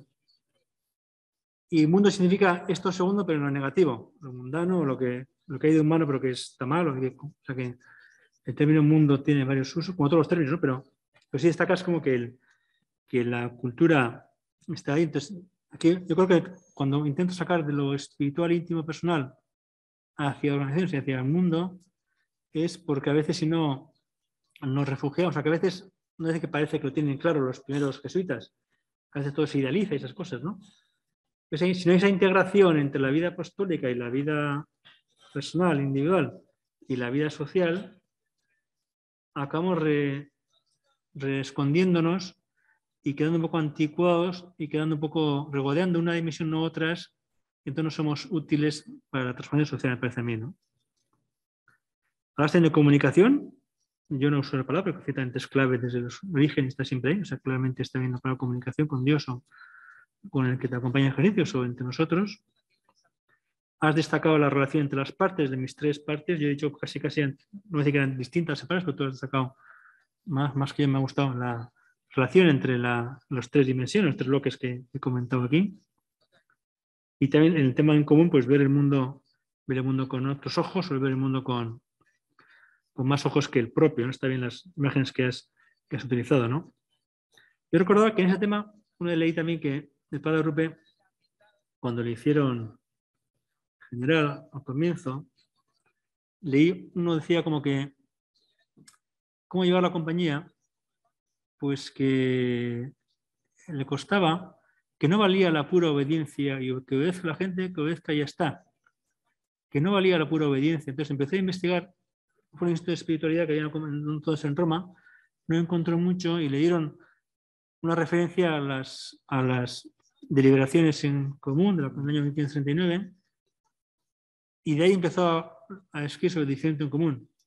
Y luego ha hecho también el padre Colma, que se sigue haciendo, el padre Sosa, como que no vale con obedecer y ya está, como un palo muerto que obedece, sino que se pide que tú aportes y también te la tía Dios. Entonces, como digo, el reto de que la participación, el discernimiento, la vida en común sea realmente personal, pero también común, está ahí, ¿no? No solamente puro obedecer, tampoco ser el centro y pasar lo que dicen los demás, no solo el superior. Como digo, esos términos de comunicación, de relación entre las partes, el mundo de cultura, pues sí creo que completan bastante lo que he querido comentar. Gracias. Gracias, José Mari. Vamos a dar paso a el otro profesor que está presente en esta mesa para ayudar también a enriquecer este diálogo desde una perspectiva posiblemente distinta. Es la que nos va a dar Manuel Reus Canals, que es jesuita desde 1980, licenciado en Filosofía y Letras por la Universidad Pontificia de Comillas y es doctor en Teología por la Universidad Leopold Franzens de Innsbruck, en Austria. Su misión en la compañía se ha centrado especialmente en la teología. Ha tenido oportunidad de ser docente e investigador en la Facultad de Teología de la Universidad Pontificia de Comillas y en la Facultad de Teología San Vicente Ferrer de Valencia. Todo previamente a estar ya presente en nuestra Universidad de Deusto desde 2004. Su área teológica es la teología fundamental, la teología sistemática, entre otros temas, como lo demuestran ya sus muchas publicaciones. El profesor Reus ha estado particularmente interesado por uno de los temas preferidos de la teología contemporánea, que es la secularización. Gracias, Manolo, por estar y te escuchamos en tu manera de reflejar lo que nos ha indicado el rector. Gracias por la invitación a poder comentar la ponencia de José Mari. Gracias por la exposición, por la claridad, por el orden, por la profundidad. Me parece que sintetiza bien y adecuadamente la contribución de la espiritualidad ignaciana a la transformación de las personas, las organizaciones y del mundo. Utilizas de forma rigurosa las fuentes más importantes y se configura la ponencia desde también tu propia experiencia personal de vivir bajo la estela de la espiritualidad ignaciana.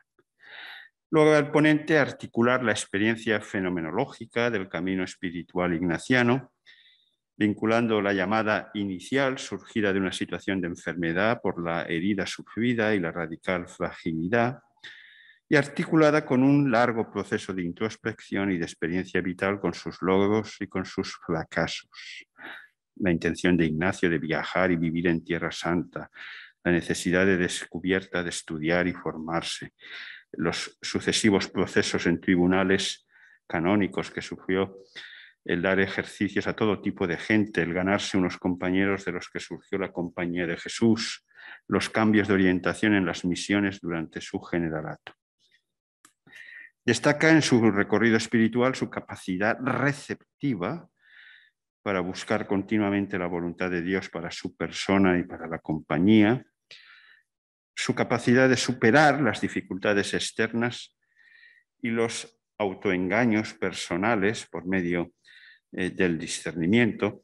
Quizá luego ya preguntaré, nos hemos centrado mucho en cómo Ignacio supera los autoengaños a nivel personal.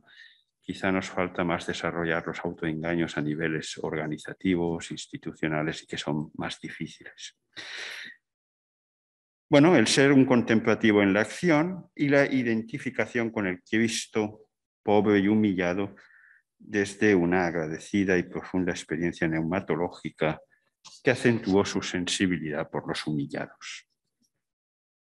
Ignacio supo encontrar en la tradición cristiana las mediaciones más adecuadas para el camino a recorrer.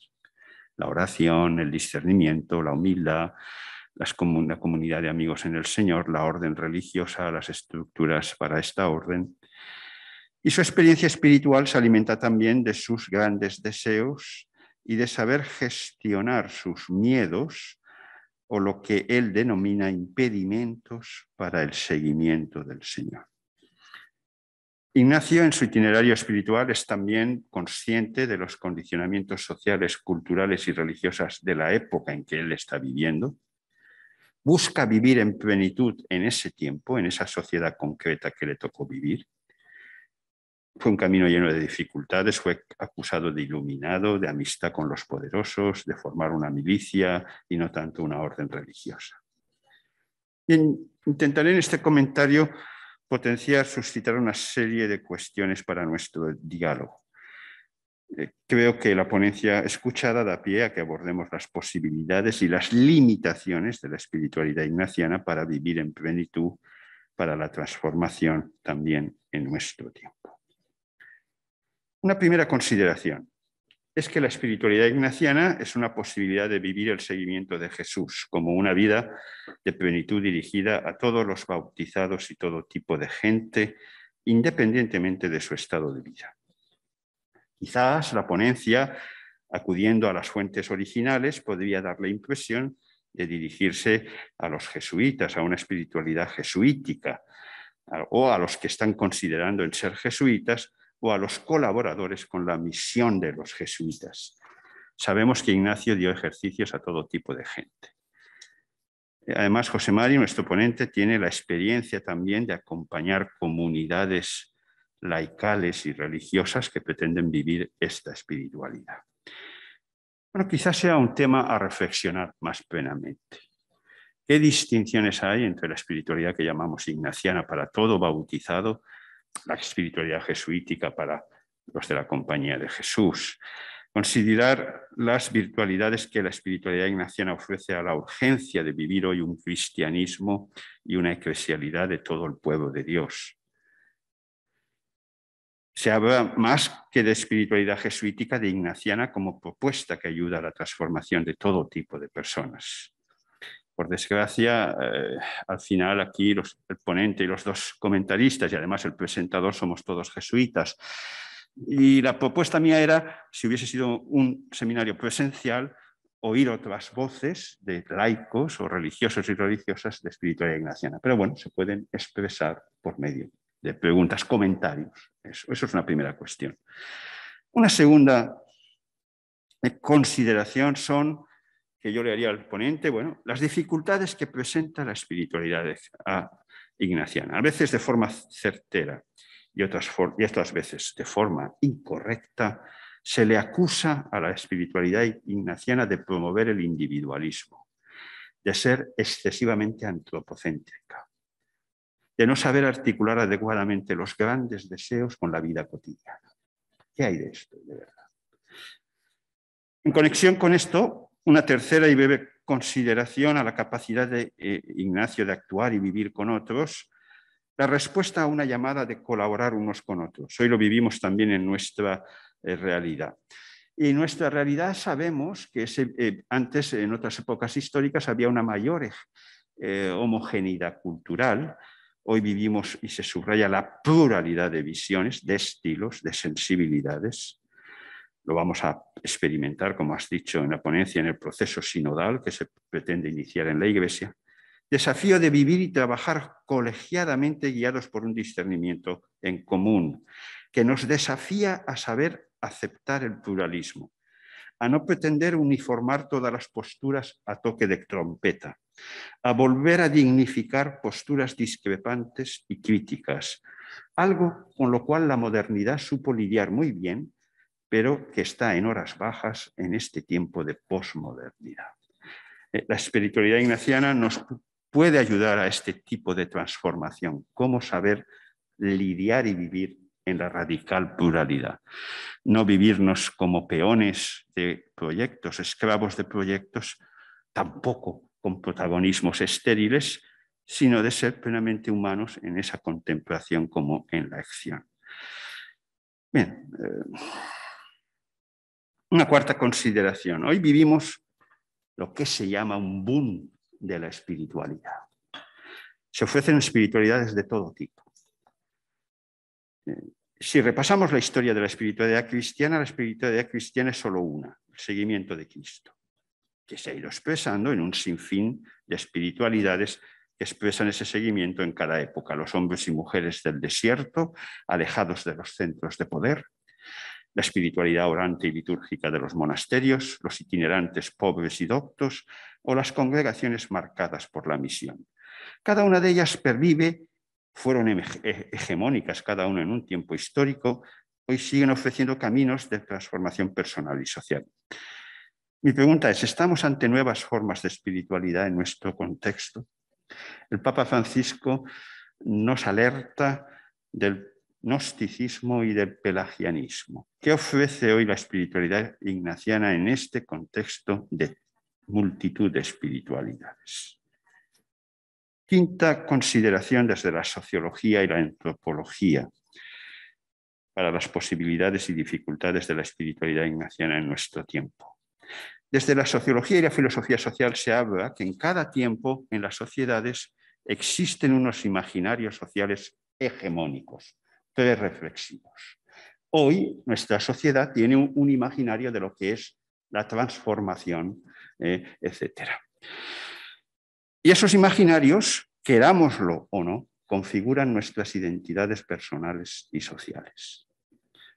Hoy en nuestras sociedades occidentales tenemos un imaginario sobre la transformación personal y social ante el cual es muy difícil luchar. Y una mera espiritualidad, ¿qué recursos nos ofrece la espiritualidad ignaciana para vivirla en este contexto donde se busca el éxito, la innovación acelerada, la competitividad malentendida, las identidades refractarias a la trascendencia y que genera un individualismo, un consumismo desaforado, así como identidades insolidarias? Superar los imaginarios sociales hegemónicos es sumamente difícil. Y pienso que la transformación a que se apunta en la ponencia articula lo personal, lo institucional, lo universal. Yo creo que la espiritualidad ignaciana no valora únicamente las grandes empresas, sino también la vida cotidiana, saber gestionar los fracasos y las rutinas, los bloqueos afectivos, las relaciones personales cosificadas, ya tenemos cosificado a cada uno, la adulación, la soberbia. Bueno. Una sexta consideración. ¿Cuál es la posibilidad de la espiritualidad ignaciana en un contexto refractario a la fe religiosa? Sí, hasta donde yo sé, la espiritualidad ignaciana es el conocimiento personal de Cristo. ¿Qué posibilidades tiene esto en este contexto? Y por último, bueno, solo ya lo tenía más, pero bueno, es solo un poco por conectar con la ponencia de ayer. Y vamos a poner en común a unas fuentes de conocimiento, es la aportación de la teoría crítica, que era muy de la modernidad, Escuela de Frankfurt. El último representante es Hartmut Rosa. Ayer habló el ponente de ayer sobre todo el tema de la aceleración del tiempo como que nos hace estructurar una sociedad con muchas patologías, alienada. Él tiene, a mí me llamó la atención que tiene otro libro, Resonancia, que un investigador de UNIGES, Albert Forensa, está haciendo un curso sobre esa teoría de la resonancia con la experiencia que tuvo Ignacio de Loyola en Manresa.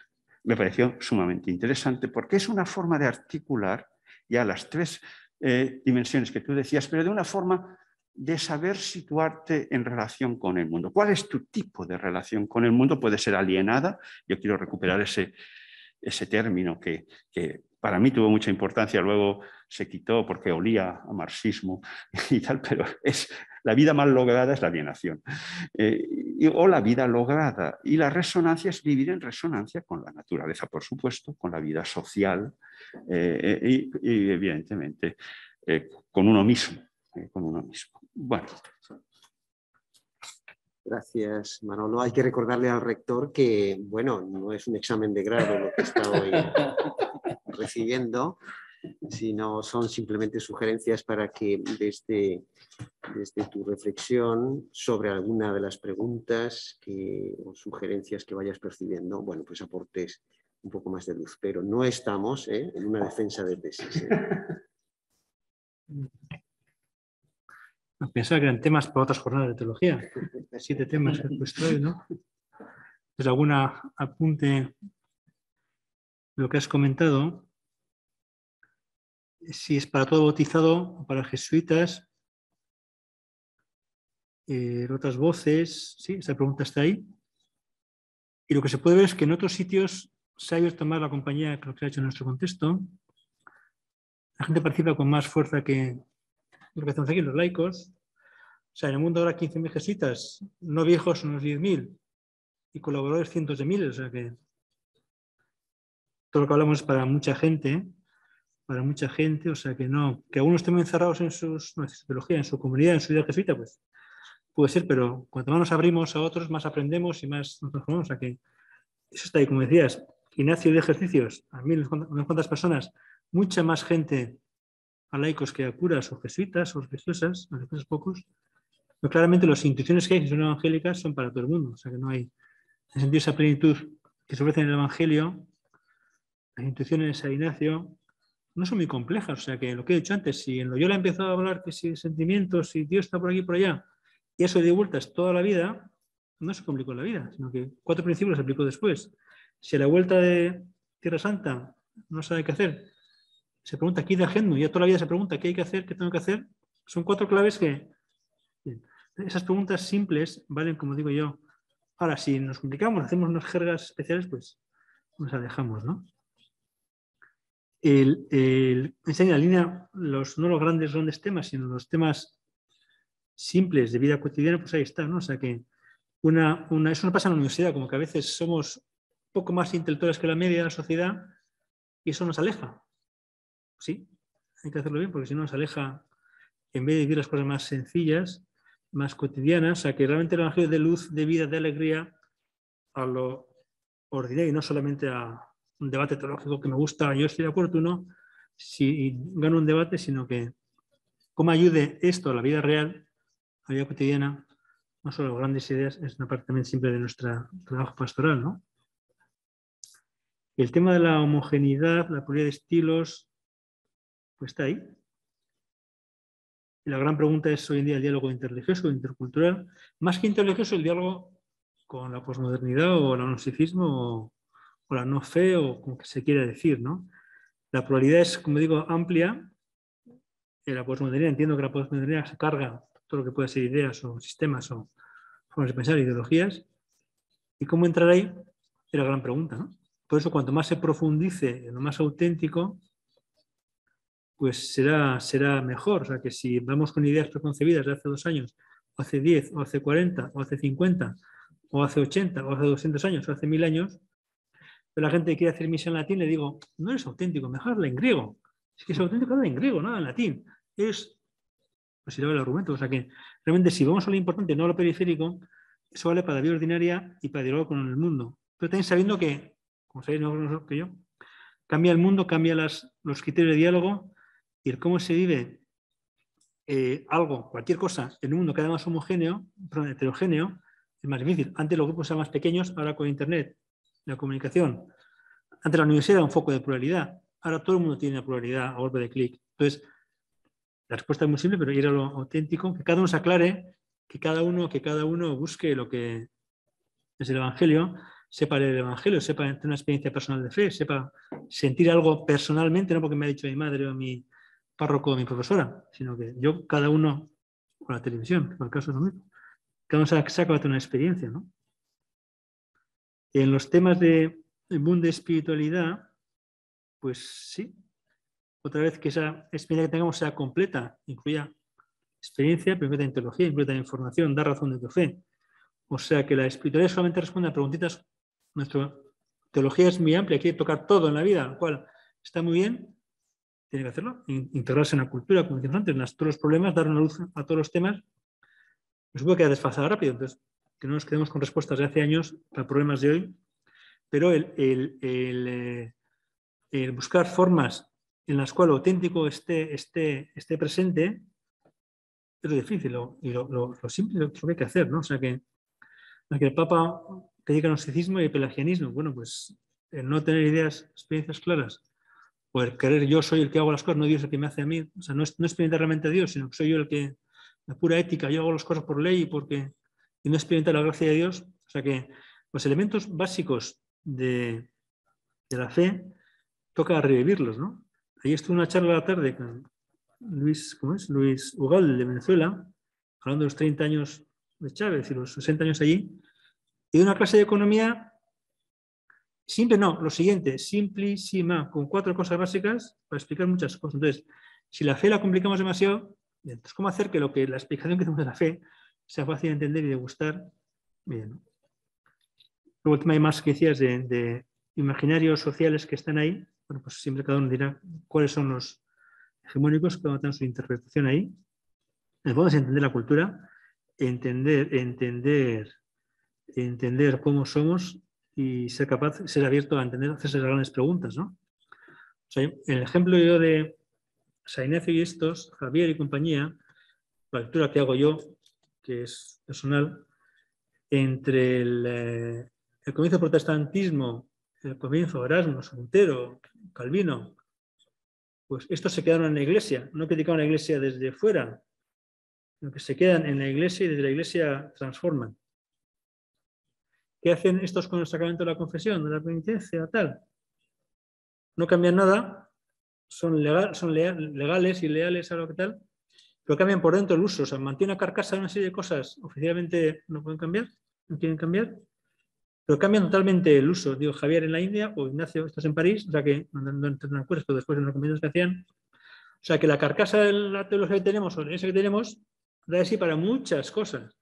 Y yo entiendo que los compañeros jesuitas intentan mantener, quedar bien, mantener, porque si criticas te echan de la iglesia y eres hereje, entonces ten cuidado. Entonces, como hay mucho margen en lo que tenemos para que por dentro hace cosas humanamente importantes, ayudar a la gente sin quedarse en la crítica externa y descalificadora y sin quedarse en la carcasa sin vida interior. Entonces, como digo, entender la sociedad, entender nuestras identidades que decíamos, entender el mundo que tiende a ser consumista que decíamos, o buscar éxito y tal, el cómo ser lucido ante esos problemas y el cómo ser comunidad, el máximo ejemplo, la comunidad eclesial, la teología digamos, oficial, la Biblia oficial, y desde ahí hay mucho margen de proponer experiencia de Dios, proponer humanizar el mundo, etcétera. Como digo, eso me suena a mí esa visión madura de estar a buenas con la iglesia, con los términos grandes, pero hay margen para criticar y descalificar todo y margen para hacer mucho bien. Entonces, estos parece que optaron por, ya siendo por una presencia, la visión por la iglesia de estos jesuitas, ¿no?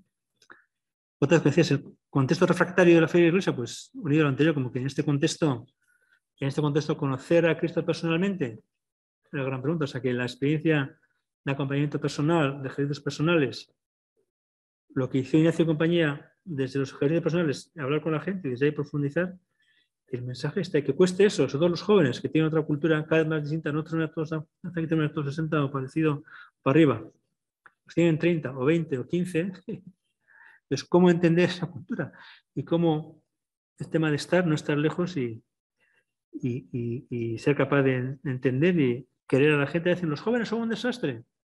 Pues no, son lo que son, hay que aprender de ellos. Como nuestro talante en la universidad es estar con la gente, querer a los estudiantes, captarles, transformarnos para ayudarse a transformarse a ellos, ¿no? Y luego ya, no entro en el tema de la resonancia, es una palabra, digamos, que tiene su sentido, pero digo, no comento yo eso más ya. Suficiente, yo creo, pero gracias por comentar, Manolo.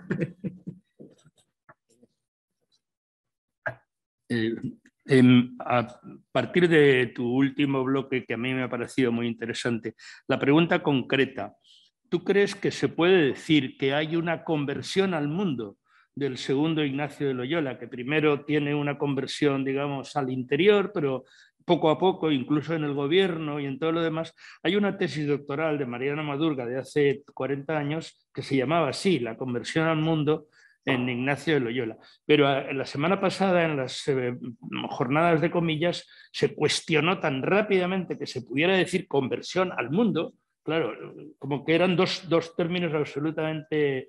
¿Qué opinas tú de...? Porque en tu visión me parece que hay algo que se subraya de una manera diferente. No es, vamos, no es la conversión en el sentido religioso que nadie piensa, sino... No sé cómo ves tú esa conversión al mundo en Ignacio de Loyola. Es una espiritualidad mundana, ¿no? Como dice... Sí, creo que sí se puede decir que hay esa conversión al mundo. Nos decía antes Manolo, de Fidenza, esa resonancia, esa relación con todo. O sea, se puede profundizar en esa relación. Cuando se cuenta qué hizo San Ignacio, se lo cuenta Rambla cuando habla de San Ignacio. El primero que está en Loyola quiere aislarse del mundo, quiere ir a la Cartuja en Sevilla, parece que se ve una Cartuja y pide información sobre la Cartuja de Sevilla. Luego que no, cambia de plan. ¿Pensaba que era bueno aislarse del mundo? Bueno, pensaba que era bueno dejarse las uñas largas o el pelo largo o ir vestido lo más cutre que podía. Bueno, luego para estar con la gente cambia el chip y prima más estar con la gente, ayudar, que ir vestido lo más pobre del mundo. Esto, claramente, cuando sale la visión apostólica siempre estás con la gente que ya es el mundo, no es tú. No quiere decir que esté mal ser en una vocación contemplativa, eso es otra cuestión, pero sí se puede decir que hay esa conversión en el mundo. Entonces, ¿hasta cuándo te convence el mundo? Hasta que compras todos sus valores o tu teología cambia y deja de ser de Cristo. O sea que la pregunta siempre está ahí. Entonces sí se puede distinguir, la compañía se ha separado más de los planteamientos muy encerradores, muy hacia adentro, de vivir la vida religiosa, incluso lo que decíamos de no querer horarios fijos o coros fijos para estar más disponible, ya es un paso hacia el mundo. O sea que, como siempre, si estás en un medio, te comparas con un extremo o te comparas con el otro. Si yo tengo 5, el que tiene dirá qué poco tienes. Si tengo 5, el que tiene 0 dirá, hala, ¿cuánto tienes? Bien, entonces estamos en medio. Y entonces claramente, Ignacio, otros dirán que la compañía está muy encerrada en teología. Aquí me dicen Deusto, hala, no se entendemos a los teólogos, a los jesuitas, como tenemos que traducir nuestro lenguaje a lo que la gente quiere. ¿Están filados o no? Otros dirán que somos demasiado mundanos. O sea que es relativo. Y entonces sí aparecerá esa dimensión de estar en el mundo. En San Ignacio aparece claramente el preocuparse por la salvación de los demás. A veces se puede hacer una lectura que él quiere su salvación al comienzo, luego más claramente la salvación de los demás. Vemos en la compañía, en la Constitución, en el punto, artículo 3, tú vienes a la compañía, preocúpate más de la salvación de los demás que de tu salvación, algo así se dice en ese par. Preocúpate de los demás, no de ti. Entonces, eso ya es una actitud hacia los demás, hacia dar, que sí tiene que ver con dar. ¿Cómo se hace eso? Pues una complejidad amplia. Voy a ser un poco más polémico, aprovechando ahora aquí tu presencia y haciendo eco de algo que de alguna forma aparecía ayer en nuestra tanto sesión de la mañana como de la tarde. Yo agradezco mucho que en tu intervención hayas tenido tiempo para dibujar con un poco de mayor precisión lo que son procesos de discernimiento, procesos que entendemos desde la espiritualidad ignaciana que pueden alimentar transformaciones. Estamos en un momento especial en que el discernimiento se está proponiendo como justamente ese motor que facilite los procesos transformativos que parece que necesitamos. Y agradezco, te insisto, el que sí, hayas tenido tiempo para dar alguna matización al proceso de discernimiento. La pregunta polémica es, ¿qué tiene que ver el discernimiento con la democracia? Posiblemente lo que estamos viendo en este tiempo en que el discernimiento ha entrado en escena y en escena pública también dentro de la Iglesia de un modo muy masivo y potente, lo que estamos viendo es que hay acepciones que se le están sumando al discernimiento, acepciones que en principio no parecen del todo acertadas. Son aproximaciones, pero el discernimiento siempre como que se queda para sí un margen de significado que no está subsumido, ni muchísimo menos, en otras acepciones. Ese es el caso de la democracia. Bueno, nuevamente aprovechando, digo lo polémico porque aprovechando también tu experiencia y tu experiencia de gobierno, el lidiar con esta especie de convivencia de dos procesos, vamos a llamarlos así, comunitarios, en parte semejantes, pero en parte no, el discernimiento y decisiones que necesitan un acuerdo fundamental de base.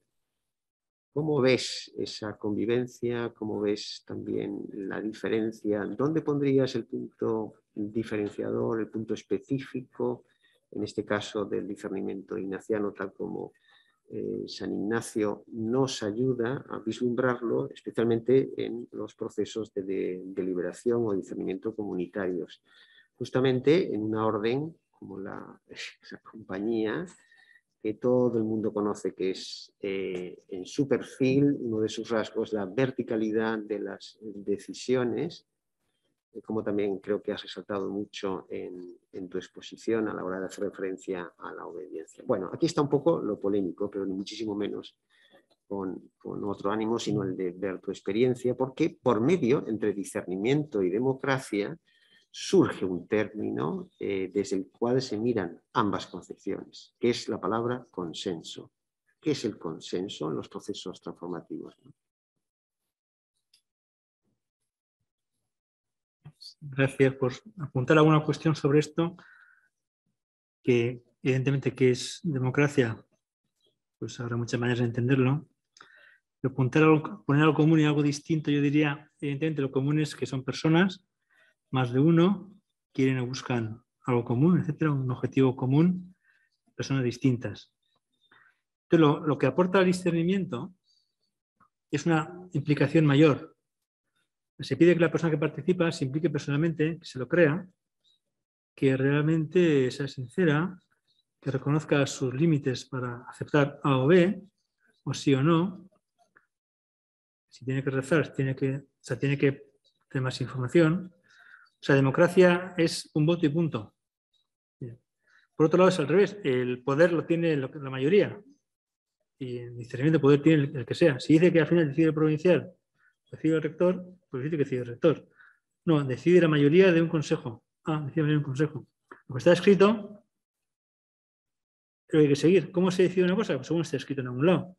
Tiene que haber claridad, siempre parece nos dicen padres generales cuando hablan de discernimiento, que quede claro los procesos y qué se quiere, quién decide, quién no decide. O sea, en democracia en principio es el voto, el sufragio universal, realmente la soberanía está dividida así, una persona un voto, el cual se tiene un valor, es así. Pero no se exige que la persona se implique de verdad, que la persona lo rece, lo quiera. Es otra opción. Entonces, el discernimiento en común es más la implicación, se exige más sinceridad. En la votación, votas y ya está. Y la decisión no decide, diciendo cómo se decide a veces con consenso, Otra, si no hay aclaración, pues decía que corresponde al siguiente estamento hacia arriba. O sea, está bien que cada vez hay más trabajo cooperativo o cooperativo. Yo también comentaba en este último libro de liderazgo, tiene un capítulo sobre decisiones y decisiones en común. Ahí comparaba decisiones en común y decisiones corporativas. Una empresa que tiene 7 accionistas, o nosotros 4 somos accionistas, cada uno más son las acciones, ¿cómo son las decisiones? Mantenemos la amistad, sobre que tú tienes 50 acciones, yo tengo 20, tú tienes 10, tienes 30. Pero somos amigos, pues tú mandas, pues todos contra ti podemos ir.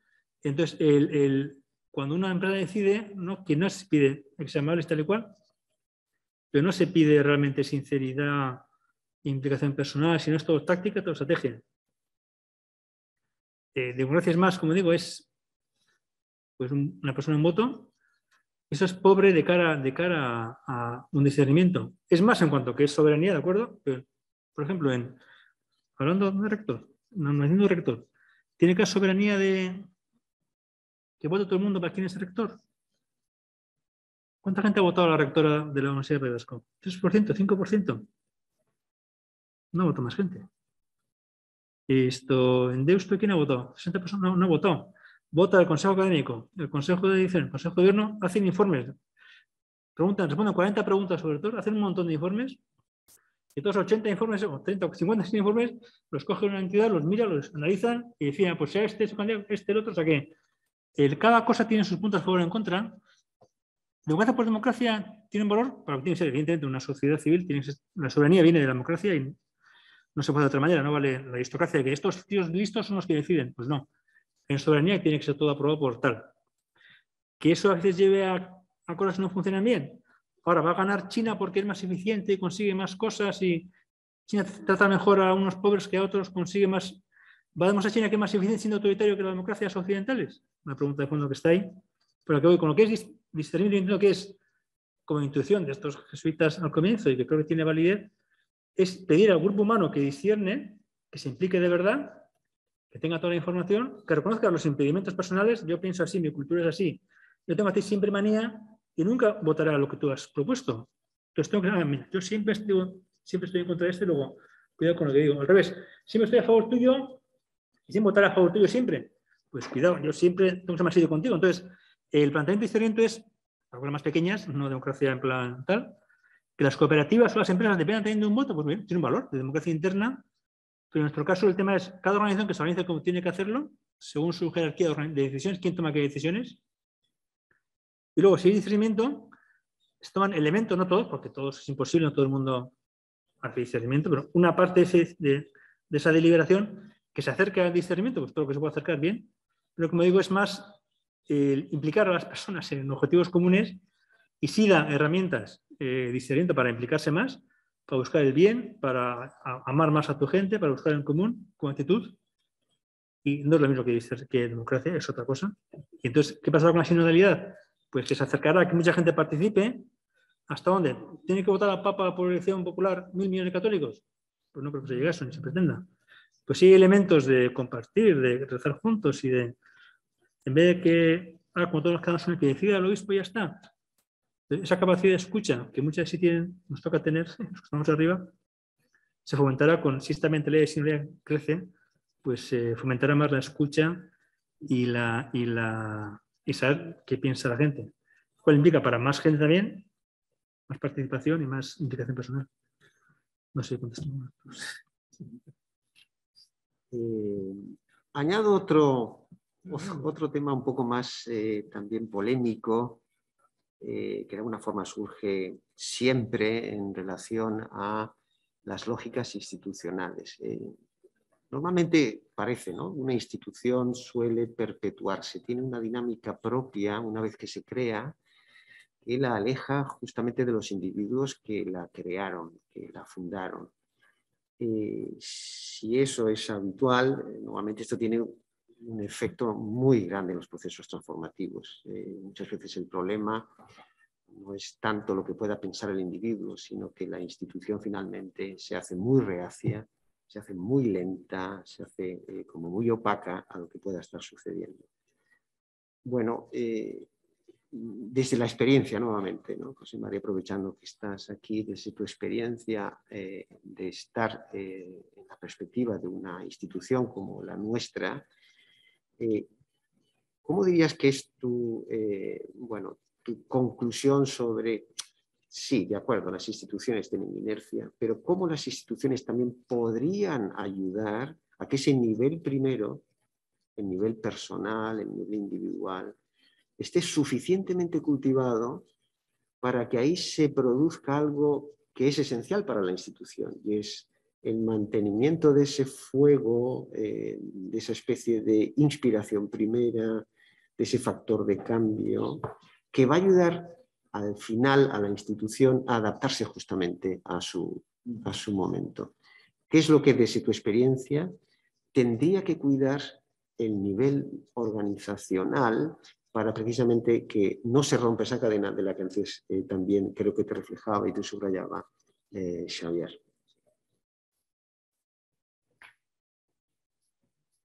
Sí, gracias. Entonces, claramente aparece aquí el tema de las instituciones y la lógica de cómo pasar de lo individual a lo corporativo, a lo común, a la institución que está ahí, ¿no? Y los riesgos que tiene de no mantener ese fuego, de no mantener un estilo, de alejarse de las personas. Incluso a veces se dice que hay órdenes religiosas que nacen y que le echan al fundador, a la fundadora. Hay casos en la historia en el que no sé qué orden sale y al final le echan al fundador. El fundador ha pasado. Entonces, ¿qué quiere decir? ¿No sentar al fundador o los dos tienen carisma? ¿No? O sea que eso es un ejemplo más, no sé, de risa, pero eso ha pasado en la historia, ¿no? Pues como decía antes, en la compañía parece que empezaron muy individual, cada uno a hacer sus carritos, con carros de 2 meses, 5 meses, que pide un obispo, vete aquí 2 a predicar a esta ciudad, vete a esta ciudad 5 meses, tal. O no, encárgate de un colegio, ¿qué? O sea que incluso coincidieron. Javier desde Goa pide, oye, vamos a hacer lo que no hemos hecho en la vida ni pensábamos hacer. Responsable de un colegio porque allí vamos a formar gente, predicadores de 10 países distintos, 10 idiomas distintos de toda Asia. Y pide que la compañía se comprometa en un colegio que le piden los obispos de allí y nadie hay que llevarlo y los objetos podemos hacerlo. Y a la vez, en Mesina o en Gandía pasa lo mismo. Entonces, toma una decisión de implicarse, ser más estable, etc. Bien.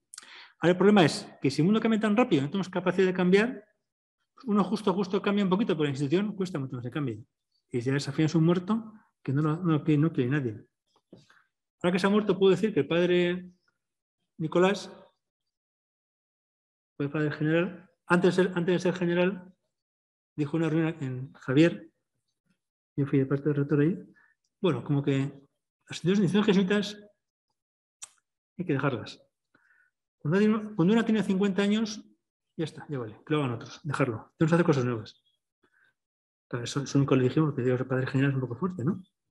Entonces, el pensar así, es legítimo, pero el tema siempre estará en marcha del criticar unas instituciones o el creer que tienen sentido. Yo claramente creo que tienen sentido, pues he metido aquí el tema, el segundo bloque, las organizaciones, pues he metido a leer las constituciones de los jesuitas, porque no se leen. O sea, los ejercicios se han leído, se han rehecho, se han transformado, se han adaptado a jóvenes, a mayores, hombres, mujeres, casados, luteranos, profesores, tal. Se han adaptado los ejercicios a mucho tipo de gente, a 3 días, 5 días, 8 días, 1 mes, 1 año, 2 años. Bien, se han enriquecido los ejercicios y está muy bien, son 50, 60 años, pero nada de las constituciones. Y los objetos somos constituciones, no somos ejercicios. Somos ejercicios y constituciones. Entonces, claves que aparecen ahí, que tienen sentido para la vida jesuítica, están ahí. Y también para la vida también laical, en el sentido de que humaniza las organizaciones. Hay intuiciones humanas de organizarnos como personas que son, no parece que decir que un laico es jesuita, pero al revés, como que temas ahí. Entonces, como digo, el tema de las lógicas de las instituciones, el cómo hacer que estén cerca de las personas, aparece siempre. Cada vez que se hace un papel en la compañía de todos estos últimos 10, 15, 20 años de las instituciones, se pide que la persona esté en el centro, que haya caminos de encuentro, de celebración, que las personas tengan experiencias solidarias, las personas participen, las personas se impliquen, que haya un espacio celebrativo, o sea, que las personas estén cerca, está ahí. Cada vez que hay un cambio, pues el riesgo es no dejar a las personas cerca. Cada vez que una facultad, 2 facultades se juntan y crean una más grande, la queja al año siguiente es, ¡hola, está más lejos la dirección! Eso pasa así. Entonces, ¿cómo hacer? Hay que cambiar la lógica para que la gente sienta más que participa. O sea, sentimientos de pertenencia están ahí. Entonces, si la institución se hace reacia, como decíamos, pues al final hay que dejar la institución. Entonces, si no trabajamos con la institución, al final...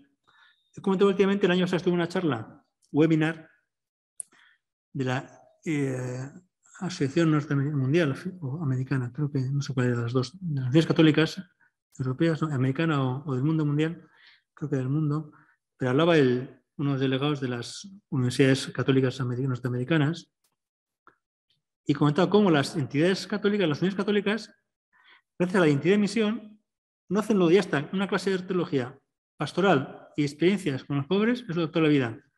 Hay 20 actividades más de formación de personas, los nuevos, los que llevan tiempo, formación e identidad, ir los franciscanos o ir a Loyola o ir a sitios para conocer qué se hace, más formación en teología, que los católicos de una profesión se junten más veces, que los patronos, los dueños, los del Consejo de Gobierno se formen en temas de identidad de la entidad, que haya planes compartidos en todo un país, que haya institutos o de temas sociales o de migraciones o de familia o temas que sean temas punteros, o sea que temas que existen en los que está la identidad católica ahí, o sea que hay muchas entidades que se han hecho cosas que hacen que la gente participe y sienta más que la entidad es suya. Y escribe un sociólogo no católico que llevan 20, las unidades norteamericanas católicas, 20 años a pique no lo siguiente, bajando en identidad y en sentido, ya llevan 10 años subiendo. Y lo dice un no católico. O sea que hay muchas medidas que están haciéndose en las entidades gordas para que sean un pasaporte para dar sentido a mucha gente y la entidad católica se mantenga y sea rica. Entonces, eso existe, están dándose esos cambios y de hecho aquí en Deusto hemos hecho ahora, se presentó en la comunidad apostólica hace un par de semanas, un documento con casi 30 iniciativas que existen en la universidad que ayudan a recrear, redefinir, formar ese tipo de planteamientos para que la organización tenga un sentido que se hace entre muchos, no es que venga un jesuita, sino que se hace entre mucha gente. Y como digo, repito, es un reto de las instituciones, tiene mucho potencial, es una oportunidad de muchas cosas si colaboramos entre o Niger, los jesuitas o los sectores de cada zona y tal y cual, pero si no lo cuidamos, nos remora que vaya lío y hay que dejarlo todo. Es una pregunta abierta que estamos trabajando.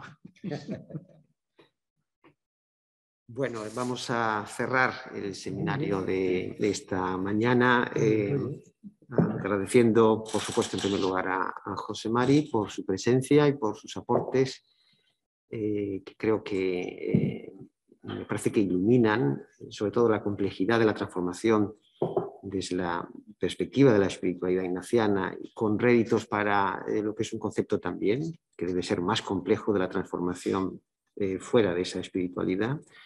Agradecer a Xavier y a Manolo por sus intervenciones, por su reflexión sobre lo que nos aportaba José Mari. Y acabo con bueno, algo que ha dicho el rector que creo que nos debemos aplicar quienes estamos atendiendo a este seminario. El seminario está dentro de unas jornadas que intentan ser una invitación a la transformación. Y como si fuera un boomerang, esta invitación de pronto viene justamente a la teología. Y el rector de la Universidad de Deusto dice a los teólogos y teólogas que se atreven a serlo, que la teología tiene que cambiar. Es como si recibiéramos también una invitación a que esa transformación que soñamos para el mundo y para la Iglesia tiene que empezar en nosotros, en quienes hacemos teología. Pues recibimos esa petición, invitación a la transformación como quizás una de las conclusiones de estas jornadas para precisamente la facultad. Pues muchas gracias y quedan invitados, invitadas a la última mesa redonda de esta tarde a las 7 de la tarde. Hasta entonces.